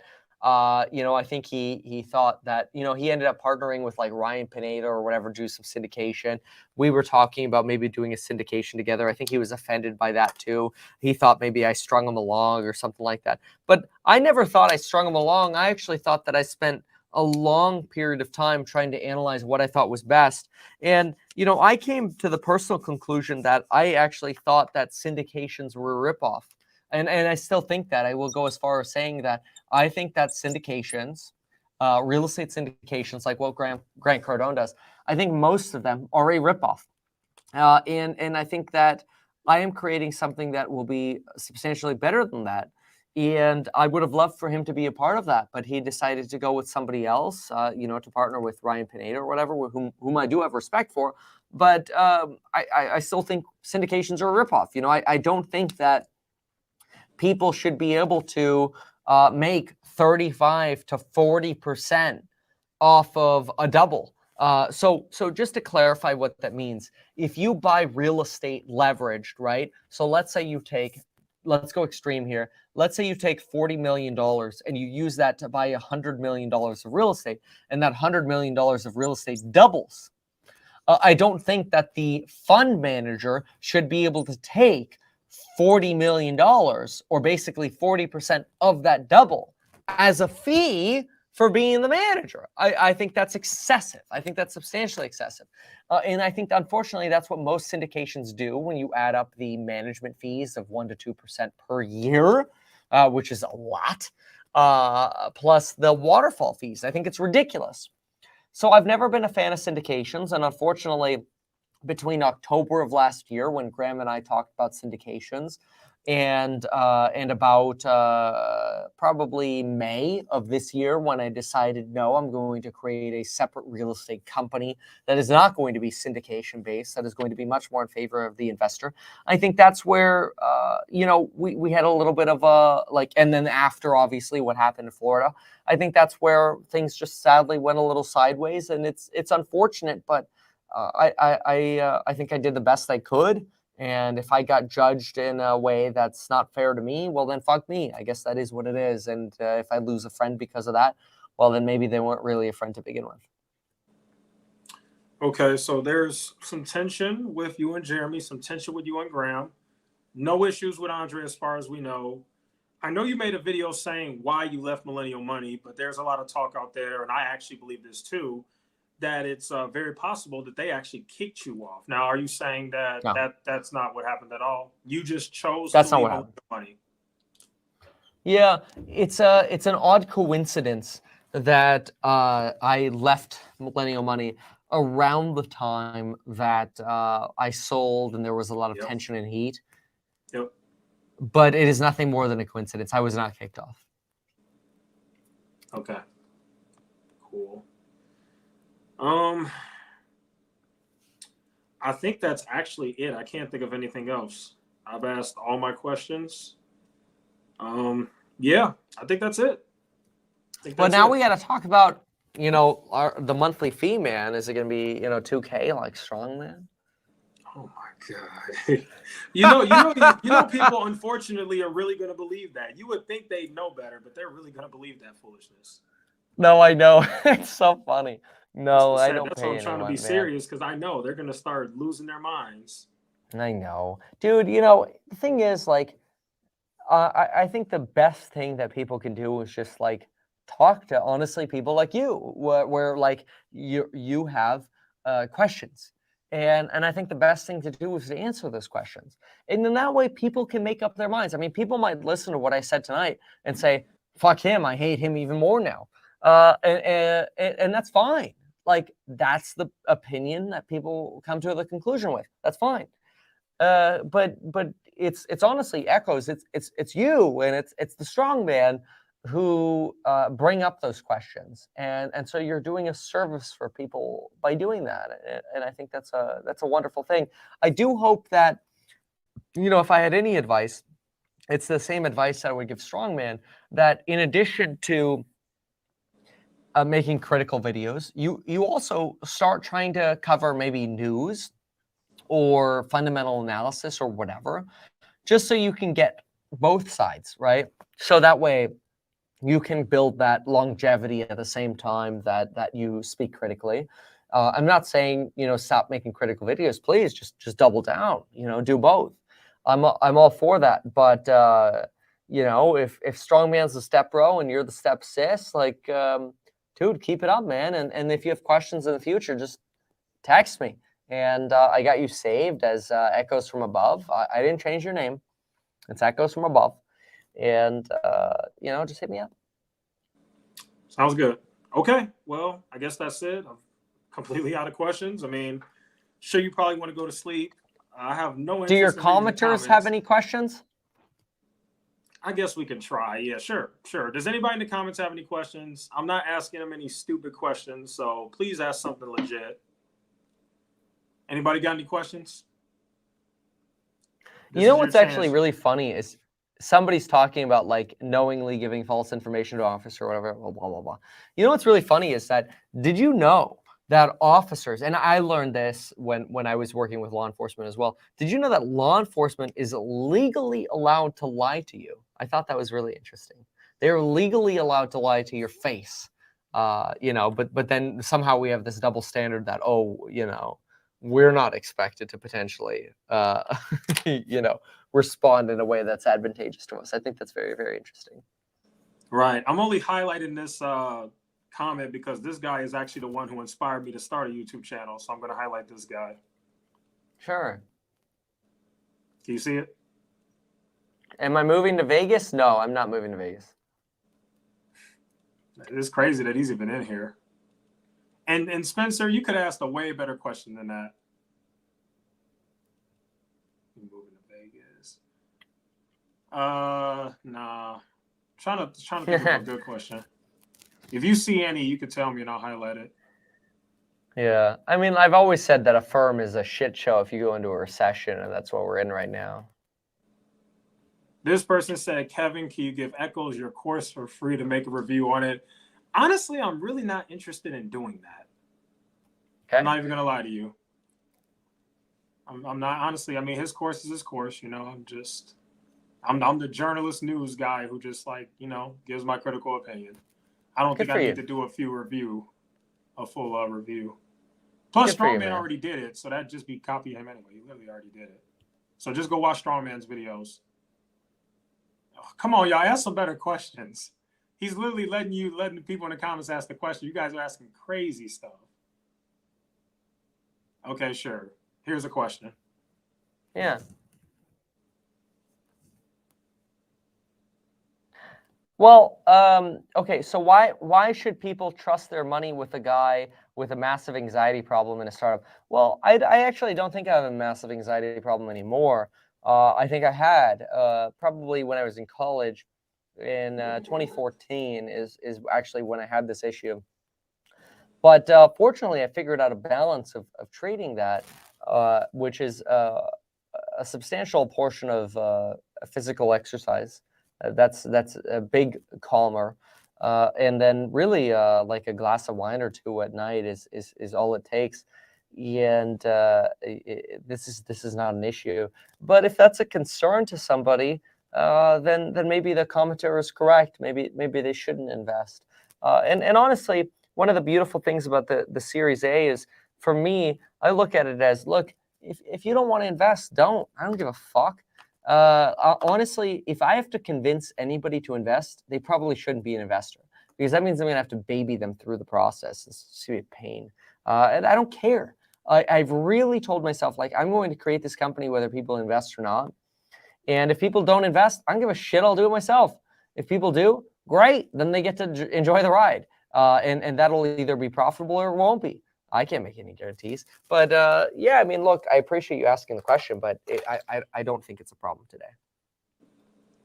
Okay, I actually have a question before we get back to the comments. I actually have a question for you. Yeah, sure.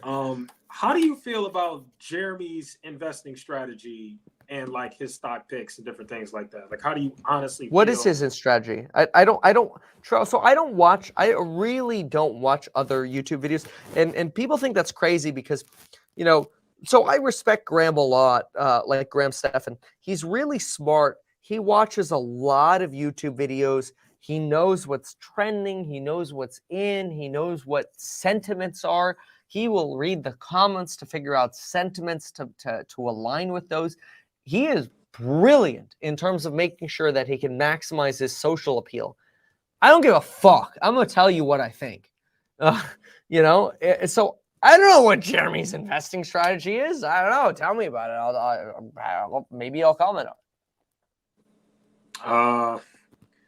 I don't even know for sure either, but I figured you might know. But it's basically buying Tattooed Chef, Honest Company, all these companies that just stink. You know, just yeah. So I don't even know. But the bottom line is, yeah, and he holds. So, like, he'll buy, like, Voyager Digital and lose $250,000 in that, and I think he might even still be holding it. So it's like he got a bunch of small caps now: Smile Direct Club, Honest Company, all that crap. Go ahead. The problem with small caps is they go through these about 10-year cycles. And for about a year, it's great. But for about 9, it's not. Small caps suck because of that. They're very, very challenging. For that 1 year, they're great, but for the rest, they suck. Until they actually become mature companies and can prove cash flows, they're very, very risky investments. And that is not necessarily a bad investment strategy. It just takes a certain type of investor to say, oh no, I'll wait for that 10th year. And those that 1 out of 10 years, you can have some phenomenal returns. So I personally think that's very, very dangerous. That's not to shade Jeremy. I mean, hey, you know what? That could prove to be extremely profitable in the future, but it is not what I would have the vast majority of my personal portfolio positioned in. I'm much more of a fan of mid to large or mega. Oh, okay. I actually want to address this comment right here. I'm going to address this one. Yeah. So, what's up, Cedric, by the way? I actually met him in person. He's cool. Will he let echoes on his channel for 1 hour? I just want to make it very clear. This debate has nothing to do with me trying to grow my channel or I want to go on his and all that crap. This is an honest, true debate. And obviously, I made videos about this guy for a while, and we're simply just debating some of the contentions that I have. So I just want to make that very clear, make sure everybody knows that. This isn't he's using him to get views and grow his channel. No, this is a person I've been critical of for a while. Yeah, and you know what? You're doing a good job, man. Like, I think the things that you're picking up on are right on, and it's what you should be asking. So you're doing a good job. Keep it up. Oh, this is a great question. What do you think about Jeremy lying about FTX sponsorship? Yeah, I didn't like that. I don't know that he did, but I will say I believe I'm not. I either dreamt this or I did. We could probably just go through the Twitter history and check, but I'm not going to do it now. I believe I tweet replied to somebody. Maybe it was a YouTube comment reply, but somebody asked about that, and I'm like, I don't think he stopped for his subscribers, and basically cast a little bit of doubt on that. Because, first of all, in May and June, one of the big things I was saying is you're going to see subscriberships or these sponsorships dry up. And so I pumped them as much as I could. We're just like, every video gets a sponsorship. Because I'm like, these are going to go away. So when I saw this, like, when we're like, oh, wow, FTX is drying up. Well, that's not a surprise. That shit wasn't converting anyway. It was stupid of them to spend the money they were. Like, we were literally in the office, like, how do they have so much money to spend on sponsoring us when they don't even convert that well? And I talked to my team, and they're like, we don't know, but FTX says they just have a lot of money that they have to spend. And I'm like, this is stupid. This is a bubble. Whatever. We'll put them in a bunch of videos because they're not a bad platform, but they're wasting their damn money. So we saw the writing on the wall. I don't sponsor stuff that I think is stupid or bad for the consumer. I don't think FTX is bad for the consumer. And I actually turned down a Coinbase sponsorship for like $15,000 because I'm like, I'm not confident about Coinbase. So I turned that down. I'm not confident about that. So I didn't do it. But FTX, I'm like, yeah, this is going to go away. So when I heard that our sponsorship with FTX was going away, and then I heard about Jeremy's video, I'm like, okay, I think I cast out on Twitter, but I didn't make anything more about that. Oh, this is actually really important. So when did you first find out that the FTX partnership was being canceled for you? Do you remember? I have no idea. I don't remember. Was it like around the time of Jeremy's video when he posted that and deleted it, or was it before? I would say it was within 3 days of the last time I've ever posted an FTX sponsorship, which was probably the end of June or the beginning of July. Probably the beginning of July, because see, the way these sponsors work is they do the sponsors for like June. Oh, you're allocated for 30 sponsorships with us. And then they go July. And then they say, okay, TBD, TBD, how many spots you're going to get. And it was probably like July 4th or something where they're like, sorry, 0 is what you're getting. So it's probably the first week of July.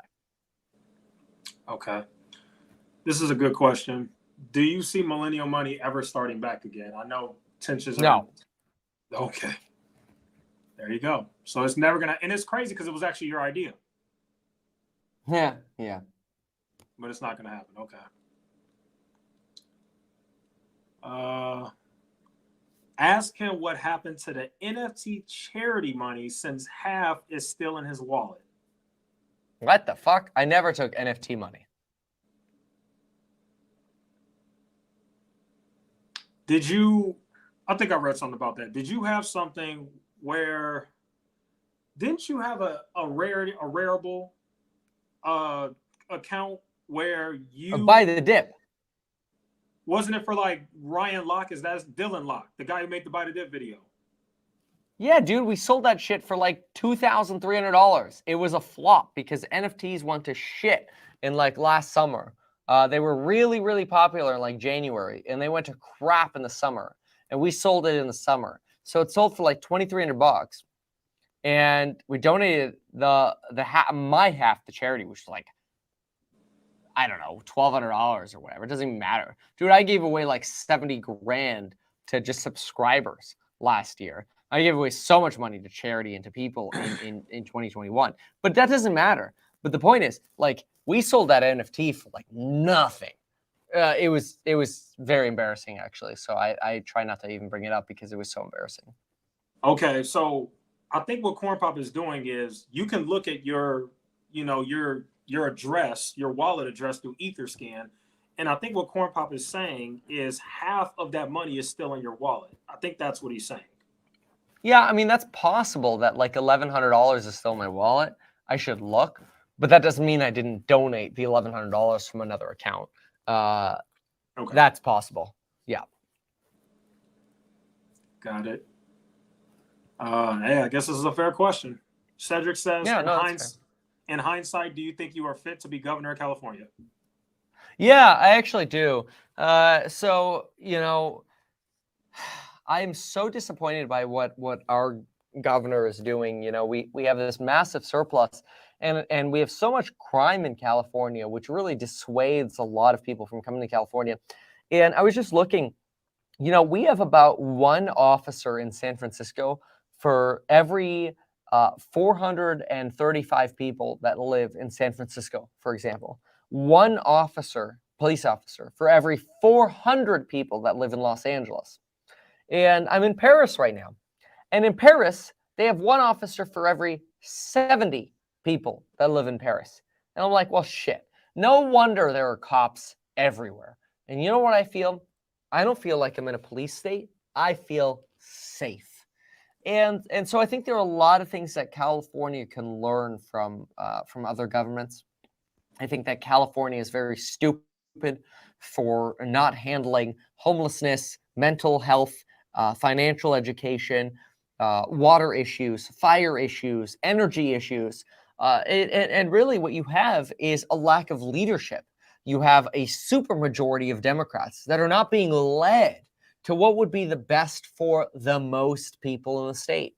So it's very unfortunate. And, you know, I would have had to, obviously, I've made a lot less YouTube videos, but it's fine. I think I would have brought a very real amount of realism to California and transparency that had never been seen before. Okay. I got to give Gil his credit. Gil has asked us some really good questions. Kevin, what are your thoughts? Please ask good questions, guys. Kevin, what are your thoughts on Jeremy ending the Hungry Bowl after spending $10,000 to $20,000 a week on it? He should have ended it last year, man. I told him, I go, I don't know how you're going to make money off of this. It's a YOLO, but I'm a big fan of high margin businesses, and this is not that. And,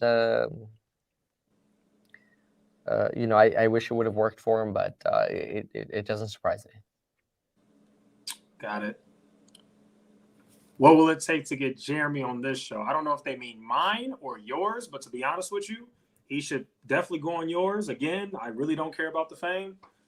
You and him on a show would actually be pretty cool to watch. But yeah, I agree. I don't know. Yeah, I think you and him talking everything out would actually be pretty cool.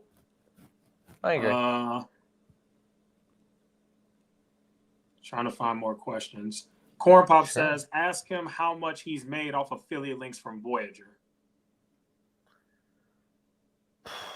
Not that much. I don't know if Impact or Impact chose Voyager. I don't know. I don't remember if they used Impact, but I'll try to look right now. But it wasn't much. Impact affiliate. Try to look. My Voyager partnership never did really well. I briefly was into working with Voyager, but I didn't love their platform, and I regularly said on YouTube videos, including live streams, that it was very frustrating, that it was very difficult to withdraw money from Voyager to other platforms. This was in 2021. I was bitching about this. I'm like, dude, I got money here, and I want to be able to move it to other platforms, and they're not letting me. And so I was tweeting the CEO in 2021 going, what the hell? And I was complaining about this in 2021. So, you know, it's not that I haven't brought these issues up. They're not on impact. So, oh, no, there they are. There they are. Hold on. I'll tell you. Okay. Let's see. Last month, this year. Well, I can do this year, and then I can go to 2021. So this year, I have 55 clicks and 0 earnings. Okay, that's fine. But let's go to last year. This is kind of cool. Click, click, click, click, click, click, click, click, click, click, click. January. Apply. Real quick for everybody in the chat. $5,000. Go ahead. 100,000. $5,475. That's what I've made from Voyager Digital. Okay. That's so very compared to my affiliates, that's like nothing. That's terrible. It's not even worth having ever even mentioned them. Okay, so you made $5,000 from your Voyager Digital affiliate links. $5,475. Yeah, and that's terrible. Okay. This guy has a question.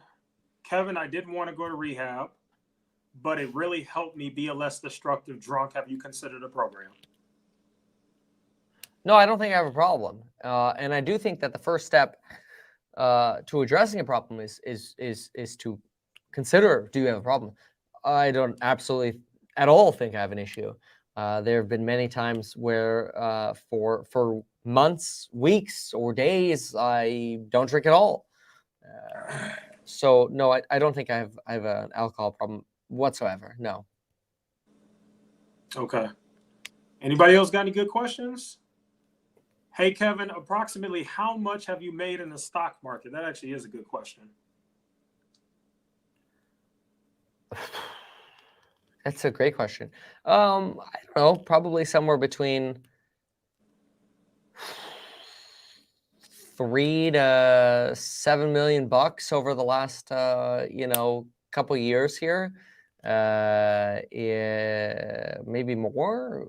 I don't know, somewhere in that range. It's positive, but I don't know what the exact number is. I've never been asked that. I think what we should do is at the end of this year, maybe just look at like 2020, 21, and 22 tax returns, and we could just look at like what are the realized gains and what potentially what's unrealized and stack them up. I'm down to do that. Right. So, what was I going to ask? Oh, so most of your money, is it safe to say that, because this is what I think, is it safe to say that most of your money that you make comes from YouTube? Yeah. Mostly comes from YouTube, ad revenue, courses, right? Well, yeah. I mean, like, I don't have another job. I quit my other job. So, of course. Right. So you make more money from YouTube and courses than you do from investing. It depends. Okay, so if we're talking about investing, it depends. I mean, the last 6 months, the answer is yes. But, you know, I mean, there are some days where, you know, it was just last week, I think it was Thursday, that I look at my investing portfolio and I'm up $2 million. And then I look at how much did I make from my business and I'm like, oh, $6,000. And I'm like, well, shit, I think I made a little bit more money investing today than I did for my business. So you have to kind of like zoom out. And I think if you look at the last 8 months, the answer is my business. I think if you look at 2021, it's potentially investing. It just depends. You know, and I think my tax returns would be useful in showing that. But then again, you know, I didn't sell until the 3rd week of January. So the first 3 weeks of January really hurt, but I don't know. But the point is, I don't know how much that matters because, yeah, I mean, I have more money to invest than other people do. And if a stock doubles, I'm going to make a lot more money probably on the double than I will in my business. If a stock goes up 2% or even matches or beats the it could beat the S&P 500. The S&P 500 could go up 2% this year. My stocks could go up 3% this year. And I will probably make, let's see, 3%. Oh, yeah. I mean, shit. The stock market could go up. The stock market this year could honestly go up 30%. And my stocks could go up 40%. And I'll make more money from my business than courses or I'm sorry, from investing. But that's the way it is. At some point in the future, I think that'll probably be reversed, where it's just like you you can make 5% on your investments, and you end up making more money from your investments than from your business. But yeah, I mean, that's just the nature of what it is. Okay. Another question is, what is your biggest regret? Oh.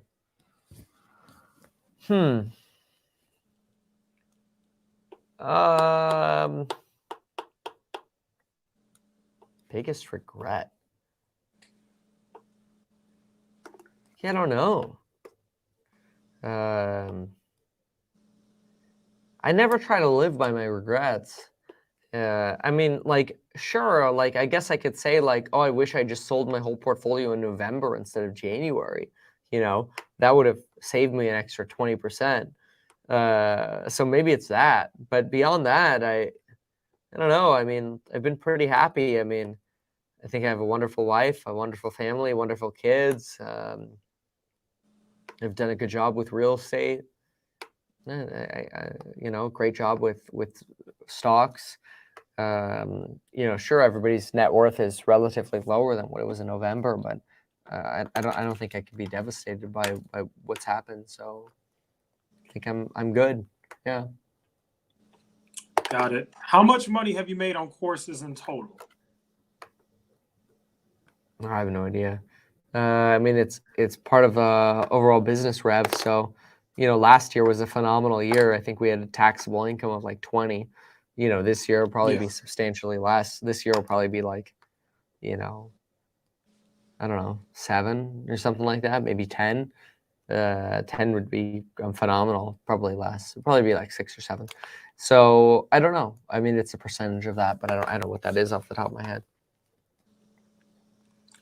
Why do you feel it is okay to sell a stock market course when you do not have a Series 7 or equivalent or any experience working at an investment firm?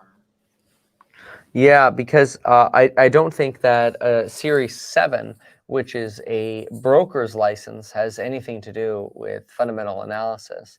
A Series 7 authorizes you to sell securities at a brokerage. I'm actually testing for the Series 65, which is a registered investment advisor license. And I'll be testing for at least one more certification for financial analyst this year. That's at least currently on the plan. So, you know, I don't think Series 7 is the right answer. And I actually think it would be a good thing for people who sell courses to have Series 65 or analyst title. And that's why I want to be the first model of that by actually getting those licenses. So I actually support that. But it's got to be the correct one, and Series 7 is not the right one. Okay. For everybody commenting that this is an interview, not a debate, the debate is over. We debated for an hour and 30 minutes. Now we're giving an opportunity for you guys to ask questions. Please use your brains. We already debated. If you want to see that, scroll back in the video. This is the answering questions part, guys. We're giving you all a chance to ask some questions, which I actually think is important.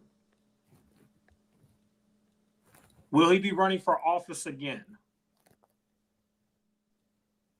No, not anytime soon. I'm a big fan of right now. I want to focus on my business plans, and really, politics sucks. It's cancerous. I think the media is very slanted, and I say that as I hate to say it. This is gonna piss some people off, but as a Democrat, like, I'm not like some like Trump-toting Republican here trying to say that like the media is slanted or whatever. I had people from news agencies sit down with me for coffee and tell me that, look, Kevin, here's the thing: if we interview you, we might not be able to get the Newsom interview next week, and we need that because that gives us more views. So sorry, dude. And that's fucked up. So I think politics is pretty rigged, and it's very sad. It's a very, very sad state for our country, and it really took a lot of the belief I have away from the American ideal. It made me quite sad. So that doesn't mean I don't want to try again in the future, but I definitely got disappointed. Does the pressure of pumping out YouTube content cause more stress? He said it goes for both of you. My answer is going to be quick because I don't put out nearly as many sophisticated videos as Kevin does. So for me, no, it's pretty easy going because I don't spend too much time editing. I actually make my videos pretty quickly because I structure them before I make them. And yeah, what about you, Kevin? Yeah, I think YouTube content is stressful because you're constantly thinking about, oh, I gotta get another video out to keep the 48-hour review counter up. So yeah, I think it's stressful. Yeah. Well, I'll add to it. It can be stressful, but like I said, he puts out way more videos. And I know you do a crap ton of reading and research behind your videos, so I can imagine it's probably stressful for you doing all that. It's a lot, but oh well. Do you think FTX is more? Never mind.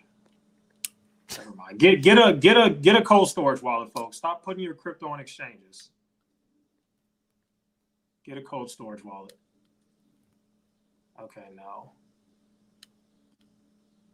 I'm just looking for more questions. Did Jack Selby miss the fight because of Kevin? No.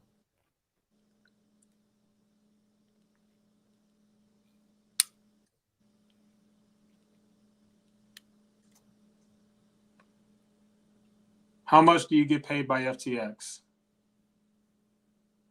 Well, 0 now, but not much. We had this sponsorship that back when it did live streams, I think it was like, I don't even know if I'm allowed to disclose it, but fuck it.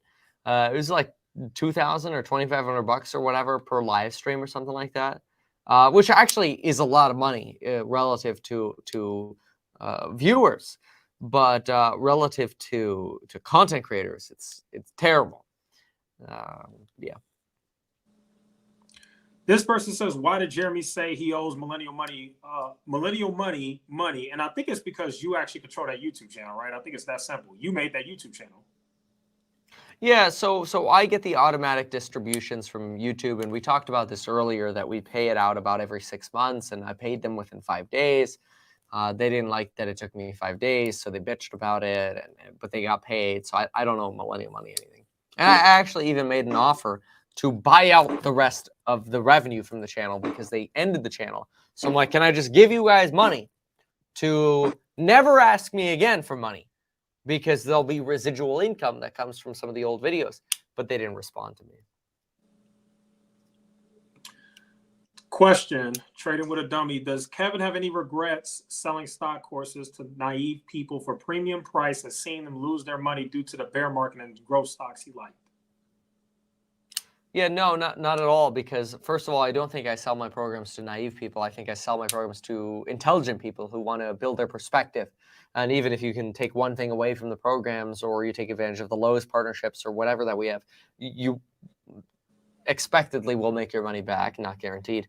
And I don't think they're a premium price. I think there are a lot of people who sell programs for thousands of dollars. I think college courses cost thousands to tens of thousands to hundreds of thousands of dollars.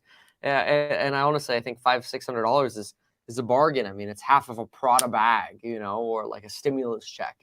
It's not that much money. So I don't think it's a premium price. So I have no regrets for that. I don't think I sell to naive people, so I have no regrets for that.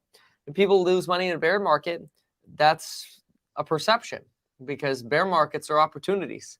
Bear markets are opportunities for you to make more money by building the quantity of ownership that you have in a company. So that's yeah, I disagree with that too. So no, I don't feel bad at all. We do great things. I think we do wonderful things. What is your biggest regret on YouTube / running for governor? I don't have any regrets for running for governor or on YouTube. I think, I've just been me.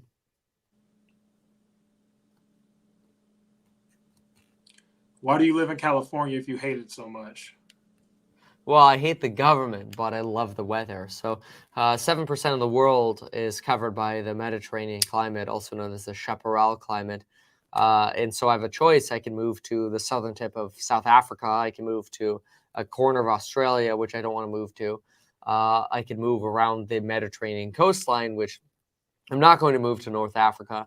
And I've sincerely considered moving to like Nice or Monaco, or some of the other, you know, French coastal regions, or even Spanish coastal regions. But nowhere else in the world has the weather that I live in Southern California. In fact, if you Google the Mediterranean climate and you look at Mediterranean climate map, type that in, you know, say it on Siri or whatever, you'll see that Southern California is the only place in America that has the Mediterranean climate. And I love it. I want to be in the sun. I want to be at the beach. I want to be outside. I want to be able to go outside every single day in shorts and a t-shirt and be happy. And I can do that in the Mediterranean climate. I can't do that anywhere else in the world. Okay. A lot of you guys are asking questions that were already answered. So if you're late to the stream, all the questions about the DUI and all that, just scroll to the very beginning of the stream. He already answered that. Ask Kevin about the expensive several $1,000 phone calls he grifts. Yeah, I actually don't think those are grifts at all. I think that you know, people spend $20,000 to $100,000 for business consultations from companies like Deloitte or whatever it might be, any Ernst and Young, whatever, Ernst Young, whatever. Very, very expensive consulting firms exist.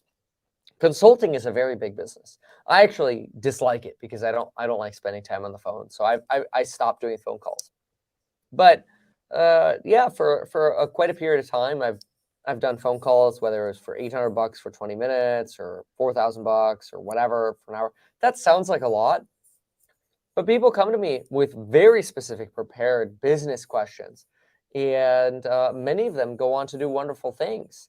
You know, one person came to me and they used that as an opportunity to pitch this phenomenal opportunity for how they can increase sale conversions, and they ended up working with me, and they've probably made somewhere around $800,000 to $1 million, and they spent $4,000.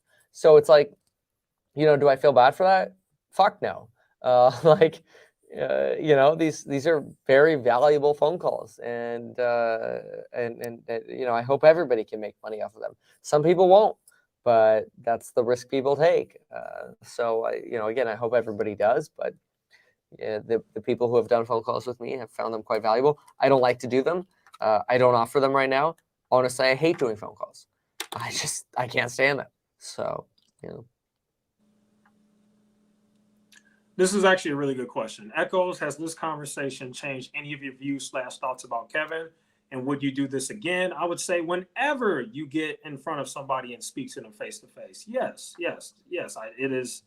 It has changed some things. I mean, I haven't completely changed everything of what I think about what's going on. But yes, I absolutely have respect for somebody that has almost 2 million subscribers and will get on a channel with 3K subscribers, which that's a different story because I got attacked by bots, but that's a whole new different thing. Oh. And would actually debate. And to answer the question, yeah, I would do it again. But again, I'm not interested in milking it. So maybe him and I could do it a year from now if new things arise that I have a contention with. But besides that, you know, there'd have to be another reason for us to do this again. But I do appreciate him being here. I mean, it takes some balls to get up here and face your critics. And I've asked some tough questions. And yeah, so good question. We're avoiding the copyright strike questions because he already answered it. Scroll back in the interview or the debate.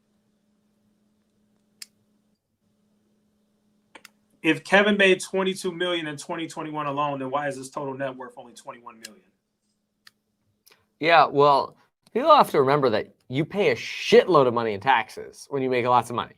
So in 2021, I had to not only pay about $4.5 million of taxes for 2020, but I had to pay about $10.5 million of taxes for 2021. So all of a sudden, $15 million has gone in taxes alone. Now, of course, there's money in 2020 as well, but then you also have to consider there's the cost of living, there's the cost of investing in your business. You know, a business is not 100% profit, so you have to subtract business expenses. Then you have to subtract taxes. Then you have to subtract living expenses, and you're left with less. It's just the way it is. So, you know, if my net worth is, I don't know, 25 $26, $27 million now. Fucking great. You know, like, it was awesome, man. Shit. I'm very happy with that. I'm very proud of that. But dude, taxes eat the shit out of you. And I live in California, so I pay about 55%. Fuck me. So what do I tell myself? I can't move, so I guess I just have to make more. Got it.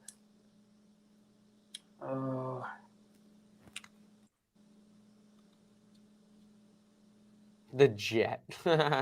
Spencer's still in here, and I don't even know what he's saying. I didn't lose 300K on the jet, by the way. Who said that? I think you did. I think the Wall Street Journal actually suggested that I lost my deposit on the jet. They were wrong. Oh, you're right. You're right. I did. I quoted. You're right. I made a video. I quoted the Wall Street Journal article, and the Journal did say that. Yeah. You were not wrong. The Wall Street Journal was wrong. So I texted them this. I gave them all the documents, but they still fucked up. I lost my deposit to my agent, to my broker, which was 50K, which was half of his commission. So I agreed that he would get half of his commission if he got me under contract and half of his commission if he closed the deal.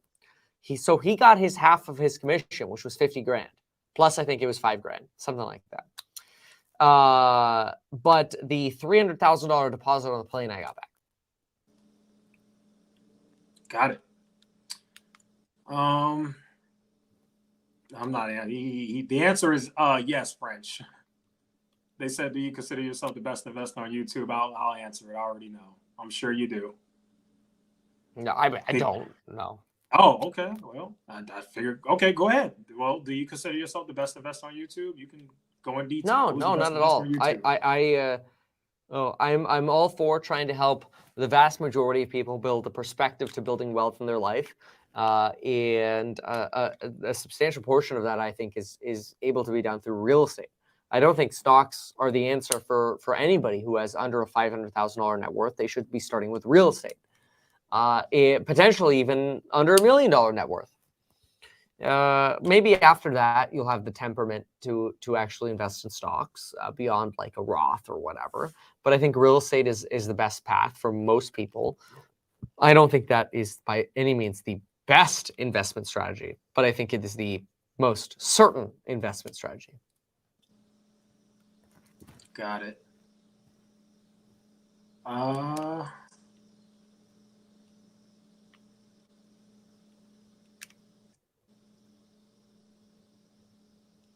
What was the point of buying? Hey, Andre's asking good questions. What was the point of buying AMC for a campaign promise? Yeah. Well, I agreed to invest about $40,000 or $50,000 into AMC, but that led to about $100,000 of campaign contributions. And, for me, I was willing to say that if I don't have campaign contributions, I'll pay for it myself. And so my thought was, well, if I could generate $100,000 of campaign donations to help us fund our campaign, which we thought was extremely successful, we raised about $800,000 and got 1 million votes. The governor spent $15 million and got 3 to 4 million votes. So we way outclassed him on spend per vote. We way outclassed Larry Elder, the second place person, on votes per dollar spent. And the other people we just completely dominated because they had ridiculous campaigns or platforms. So we think we did extremely well with our money. Had Larry Elder not entered into the race, I think we would have won, honestly. It would have been a very, very different race, but whatever. So no, I mean, like if I could say, hey, I'll invest 50 grand into AMC, and even if that goes to zero, I raise 100K for the campaign, which is 100K I would have invested anyway into the campaign because I really believed in the campaign, then still be a good investment. I was willing to make that bet, and I still hold my AMC shares. So, got it. Edwin wants to know, what is your current net worth? Did we ask that already? I have no idea. I think we covered that in like the last sentence, somewhere maybe around mid-20s, some low 20s, something like that. I don't know. Yeah. So it's still at like 20 something mil. Yeah. Okay. Oh my God, these crazy questions. How are your new employees? I don't have new employees. I have very few employees. I basically have 2 employees right now, plus 4 contracting employees, which I don't really consider part of like the employee business. But I have 1 content creating employee who works with me on content, editing, whatever. I have 1 CPA. I have 4 construction employees, and then I have a couple third-party vendors who either do bookkeeping and accounting or advertisements or whatever. Everybody keeps asking this, so I'll ask it. They're basically saying, are you actually going to sue me, and is there a huge package coming? Well, there's always a huge package, but I don't know, stepsis. I don't think I could. I don't think I could sue a stepsis. There you go. Plus, I really believe I've been fair. I don't think I'm malicious.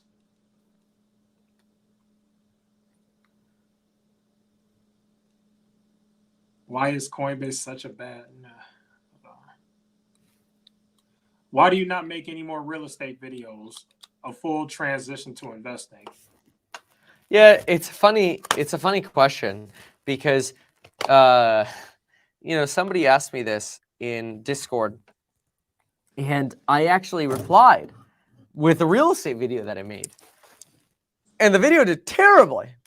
It got like 30,000 views, and I'm like, here's why I don't make many real estate videos anymore, because they don't get damn views.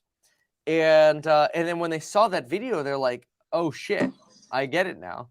I can't remember where it was, but I think if you go on YouTube, pretty sure if you type in me Kevin do it yourself, here it is.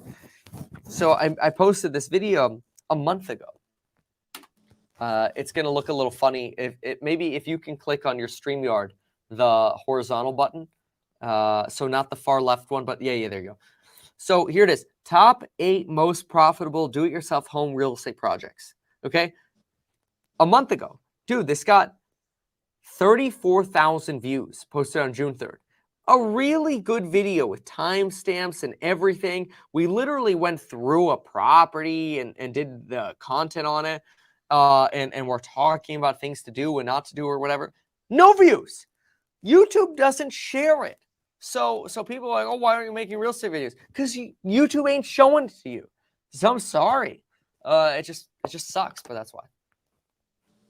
Got it. This is actually a good question. Why don't you do market open live streams and closing live streams anymore? A lot of people got a lot of value from that. Yeah. Well, a few reasons. Number one, I didn't realize the value that was in them. It wasn't until about last week I was driving on the Autobahn in Germany, which you can drive fast on the Autobahn in Germany. That's kind of fun.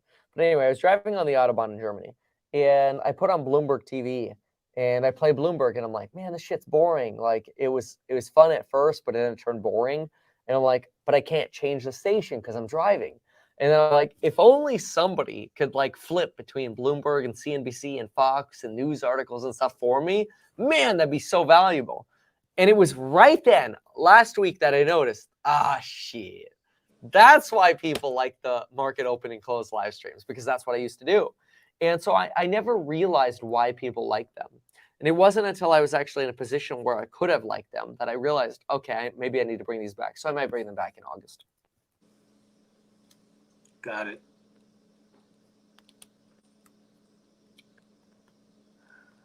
This is you all's chance. There's a lot of you guys who do not like me, Kevin, have been talking smack, telling me I'm doing a bad job. Why don't you ask your questions?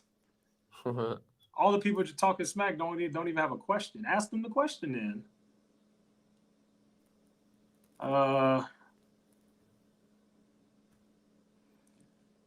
Why do you feel the need to get on these channels to debate those who criticize you and answer questions? I don't think there's a need. I mean, Lauren was out until like 2 a.m. I could have spent another hour and 15 minutes with her. We were just on scooters in Paris. We were, minutes before this, the 30 minutes before, we were at the Louvre, we were at the Seine, the river, which is where we met. We took pictures. We sat and had a glass of wine. That's why I actually asked you if we could start 15 minutes later. You know, I don't know. You know, I think people like to characterize, oh, like you should be more transparent or honest or whatever. I'm like, I try to be as transparent as possible. Like maybe you're just not seeing it, but like if there's an opportunity to just tell you what I think or how I feel, like I'm happy to tell you that. And I think this is that. I think what Strongman does gave that opportunity. I think what you're doing gave that opportunity. You know, I don't know if I mentioned earlier, maybe I did, but I emailed Scott Schaefer and said, hey, I'd come on. He was a little bit of a little bitch about it, so I won't be going on his channel. But you know, whatever. I mean, everybody has their own choice to respond. You know, you could have told me fuck you, you know, but you didn't. You had the balls to say, yeah, let's do it. And so I respect you for that. So thanks, Echoes. I don't even know what your name is, so I'm just saying Echoes, but thanks. No, man. no, it's fine. It's Jason. People know. People follow Jason, me. My man. name is Thank Jason. you, dude. Yep. Appreciate it, dude. All right. Well, thanks, man. Yep. Trying to see if we got any more questions. A lot of these questions you guys are asking were already answered. Comments on your channel, was it his employee? What? Oh, interesting. Okay. Well, I know for a fact it was Kevin, but we'll ask it anyway. Is Kevin the one who made comments on your channel, or was it his employee? Oh no, I like if I would say the only way somebody else would make a comment from my login is if they put like some kind of like signature afterwards. So like if it was like hash, like a little dash or whatever, and then they said like McKay or something like that, and then it's somebody else, right? But otherwise, it is actually me. Yeah, that's what I figured. Yeah. I already asked him this question. He said no. Everybody keeps asking about the stock market challenge with Jeremy. He already made a video or said somewhere. You already said you're not interested in that. You said it somewhere. I don't even know what this is all about. There was something about a stocks challenge or whatever. You know, I don't know what the details of it are, but I don't really give a shit what other people do. I don't care. I don't want to be involved. If you like what I'm doing, great. If you like my perspective, great. If you don't, whatever.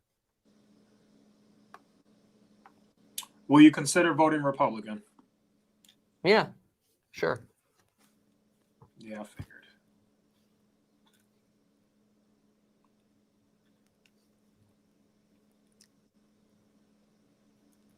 Oh my God. Okay, dude, you're going on timeout. You've been asking the exact same stupid question. BP's on timeout for keep asking the same stupid question. Okay, I want to make this very clear. I'm going to say this because I actually don't agree. This person says, please sue Scott. He sucks. I don't think anybody should be sued. I'm going to make that clear. I know me and Scott not on good terms and all that, but I don't like it when people say that because people like Kevin said the same thing about me. Like, nobody should be sued, in my opinion, unless you really do something that actually causes real damage or something like that. So please stop with that. Nobody should be sued, in my opinion. This is a good question. What are your thoughts on everything money? I really have watched no more than about 90 seconds of their content. I think they're, from the 90 seconds that I've seen, somewhat cynical and nothing more than any other cynical creator who just wants to talk shit. But I don't know. Maybe they provide some other value. I don't know. So maybe they're actually nice people. It's entirely possible that they could be. But I don't know. I just don't care to watch their stuff. If they talk shit about me, it's fine. I'm not even gonna watch it. Just don't care. Please. Like the most beautiful thing is like if I say something about a stock or a company or an idea or whatever that somebody else says some other ideas, because that gives people more opportunities to pick what they want to believe in. Doesn't matter to me. Nice. Oh, Cole's question. Yeah, I do want to ask Cole's question. Can Cole put his 2 videos back up? I don't know what Cole's 2 videos are, but It's the ones I that you imagine copyright strike. The copyright strike. well, I mean, I figure, but I don't know what they were. I would say within probably by the first week of August, people can put up whatever they want, but we'll see. I think give it until maybe like Lauren's birthday, which is August 10th, and we should be cleared. But we don't know. It just depends on courts and how long they take. So hopefully things go quickly. My question: what exactly is your DUI video gonna be about? Because you said you're making one. What is it? Is it you defending yourself? Is it you just explaining what happened? Probably not much more than what we talked about in this video. Okay.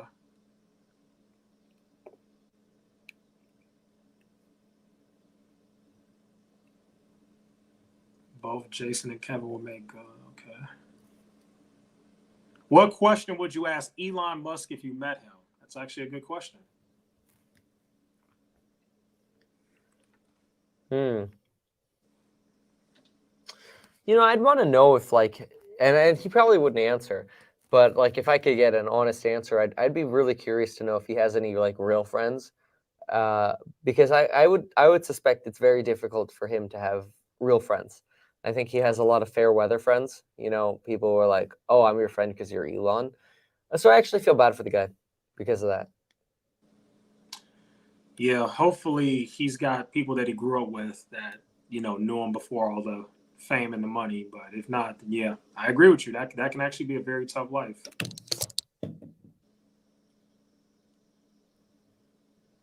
Does Kevin search for videos about himself frequently? That is actually a great question because you comment on my video back when I had like 500 subscribers. Yeah, maybe like every 3 days or whatever, just to see what sentiment is. I don't think it's a terrible idea, because if people are confused by something, oftentimes I can clarify it in another video, right? So like some people are like, oh, did Kevin get margin called or whatever, and then I can make a video going, oh, by the way, here's an update on the status of my margin.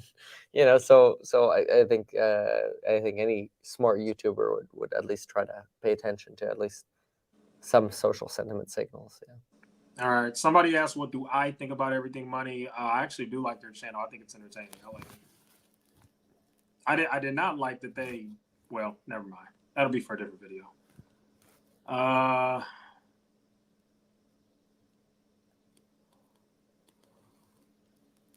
What are the chances Tesla goes under 500 before the end of the year?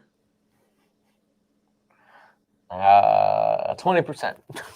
But I don't know. Man. Yeah, you're right. I give that answer too. Oh, this is actually a good question. And obviously this is personal, so you do not have to answer this. But how did Lauren react to the DUI situation? Yeah, she knows it's bullshit. What's so phenomenal about Lauren is she's like, damn it. She literally, these are her words. She's like, damn it. We've always said if we got pulled over under even the remote suspicion that we would refuse and request blood. And she's like, fuck them for not letting you get blood. That's what she said. And I'm like, that's true, because that's what we said, because that's what I was taught. That's what I talked to her about, because while I worked with police departments, I was with Lauren. So, these are things that we grew up having the understanding of, that you request blood, because it literally, the law is blood, breath, or urine.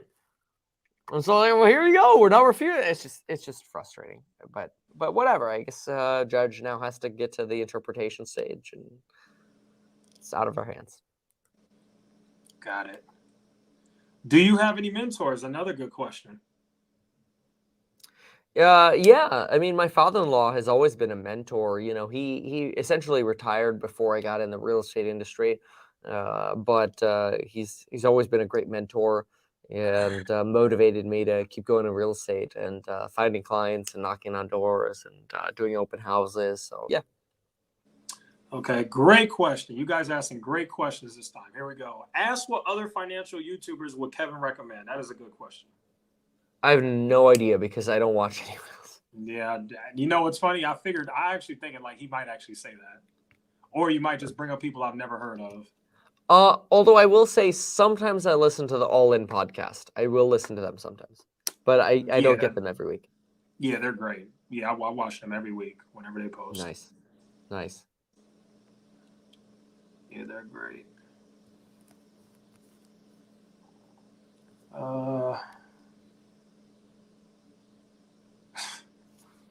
These people, boy. Echoes, it's past 3 a.m. in Paris. Let this man go. You know, he can choose to leave whenever he wants, guys. Like, yeah, maybe a couple more questions and then I probably should go. Yeah, that's fine. Make them good. All right, what you guys got? I'll scroll all the way to the bottom because we're behind. So what do you guys got? Oh, this is good. What net worth do you feel you need to retire at your current age? I won't retire. I can't stop working. I don't know why, but you know, building success essentially is a feeling that you can't have in retirement, and I think it's the most important thing to keep youth and life going. So yeah, I think the day you retire is the day you basically die. Yeah, I actually agree with that. I don't really believe in retirement either. I think just figure out what you love doing and just honestly do it for the rest of your life. I agree. There you go. Investing with Cole, just because his questions are funny. Ask him if he likes Aqua Teen Hunger Force. I do. I don't even know what that is, dude. What? Are we like the same age? I'm 27. What are you, 30? 30, yeah. It's a show that used to come on Adult Swim. No, I never watched Adult Swim. Oh, yeah. Nickelodeon, I did that a lot. Adult Swim was like when Cartoon Network was over, wasn't it? Yes. Yeah, late at night. Yeah, no, I never went to that channel, man. It's like there was no Cartoon Network. I'm like, nope, ain't watching it. So yeah, no, I didn't watch those. You know, Legends of the Hidden Temple, SpongeBob, Wild Thornberries, Rugrats, Hey Arnold. You know, that's the kind of stuff that I watched on TV. But Adult Swim, I never watched. Fresh Prince of Bel-Air. Nice. That's good. Okay. What advice would Kevin give to become successful? Yeah, gosh, I mean, I think the biggest thing is always be asking yourself the question of what's next, right? I think people get stuck in a job and then they stay there forever and they don't ask themselves what's next. Like when I worked at Jamba Juice, I worked at Hollister, where I'm making like $7 an hour. And I'm like, okay, what's next? I'm like, well, I need to make more money. So I got a job at Jamba Juice making $8 an hour. And then I'm like, okay, what's next? I worked here for a year. I'm like, well, let me see what raise I get. Oh, I got a 10-cent raise. Well, F them. I'll go work somewhere else. So I worked for $9 an hour. Then I'm like, okay, well, now I'm 20 or whatever. It's time to become a professional. So I was actually 18 when I got my real estate license. It's time to get my real estate license. And how can I make more money in real estate while waiting tables or whatever, or doing dishes or whatever? And turned out the answer was absolutely. I can make more money as a real estate agent. And it's like, cool. Well, what can I do next? Well, let me be a real estate broker. What can I do next? Well, maybe I can do construction and real estate, or maybe I can invest in real estate, right? So you should always be asking yourself, what's next? And if you're not doing that, and you're not focusing on increasing your top line revenue, then you're failing. You know, sometimes people will send me an email. They'll be like, I got 30K. What can I do to invest so I can retire? And I'm like, get more than 30K. Like, go make more money, bitch. Like, there's no, I'm not going to sell you a lottery ticket. Like, go make some money and then invest. So what's next is probably the best advice. Got it. You know what? Somebody just asked a question that I actually had written down and I forgot to ask it. So now I'm going to ask it because I actually have this written down and prepared. All right, last one then. Sure. I forgot this was in my notes. So May 23rd, 2019, you have the infamous video that's titled "Here's Why Stocks and Index Funds Are Bad." Yeah. And in that video, at the 9 minute and 40 second timestamp, you said real estate is freaking easy because I look at this stuff and I go, I don't know what to do, and I go, I know what to do. Stocks, I don't know. So don't ever expect me, Kevin, to sell you a stock investing course. Five Yeah. months after you said that, you came out, at least from what I saw on October 29th of 2019, you came out with your what's now called Stocks and Psychology of Money, but at that time it was called Money, Stocks, Wealth, and Happiness. Yeah, yeah, yeah. So because at that time, when I came out with the program, the idea was we want to build folks financial wealth from a standard of how can you get your credit up, how can you build your wealth with a Roth to invest in real estate. So it was always like it was supposed to be. We first branded it as a high school course of like how can you invest in like some stocks, like some Roth or whatever, to get into real estate. It's always been like, how can we get you started to get into real estate? And it still is today. It still is, how can you get started to invest now to get into real estate? Because really, unless your net worth is $1 million, you should be starting with real estate. Now, I think I was being a little extreme to say, in my opinion, I don't know much about stocks. I think that is very much this idea of like, being humble of like, hey, like I know that I don't know everything, and I still feel that way today. Like I still feel today that I don't know everything about stocks. I think I have a very unique position in that I know a lot about real estate and I know a lot about stocks, but I know that I don't know everything about stocks. I feel like I know a whole load about real estate. I know with certainty there's so much more to learn in the stock world. And that's okay though, because stocks are so much more complicated in my opinion than real estate. Real estate is a joke. I still feel that way today. So I think every single day I'm learning more and I'm sharing that perspective. And I think even in 2019, I know very little is probably knowing 100 times as much as most people know about stocks. And maybe now we're at 200 times. And maybe the final goal is 500 times. But, we're working on that together. And we substantially feel like we've got a lot more content than what the vast majority of folks know about stocks, because the vast majority of folks know nothing about stocks because our schools don't teach it. So I think anybody who goes through the programs will realize, wow, there was a lot I didn't know, and I've learned a lot, and it's very beneficial to folks. So I'm very happy about the programs that we have, and I think we offer phenomenal value. Got it. All right. Well, that'll go ahead and conclude it. I'll let this man go to bed because it's like 3 a.m. where he's at. So Yeah, that's true. Yeah, Kevin, man, definitely appreciate you coming on. This was pretty good, and yeah, that's all I can say. I definitely respect you for coming on and answering the tough questions. You didn't seem to get too mad at what I asked, so I appreciate that, and I also appreciate the fact that you have said that you are not going to sue me. Well, I don't know that I definitely said that, but let's put it this way. I love you, stepsis. Thank you for taking the time here to ask all these questions. I think you did a great job. You told me you would be very fair, and even though you asked very difficult questions, and I gave you my best, I agree. I think you were very fair. So you held your word.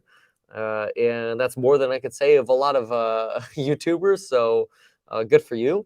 Thank you. And we'll see you next time. All right. We'll see you guys later. Thanks, Kevin. All right. See you, dude. Bye.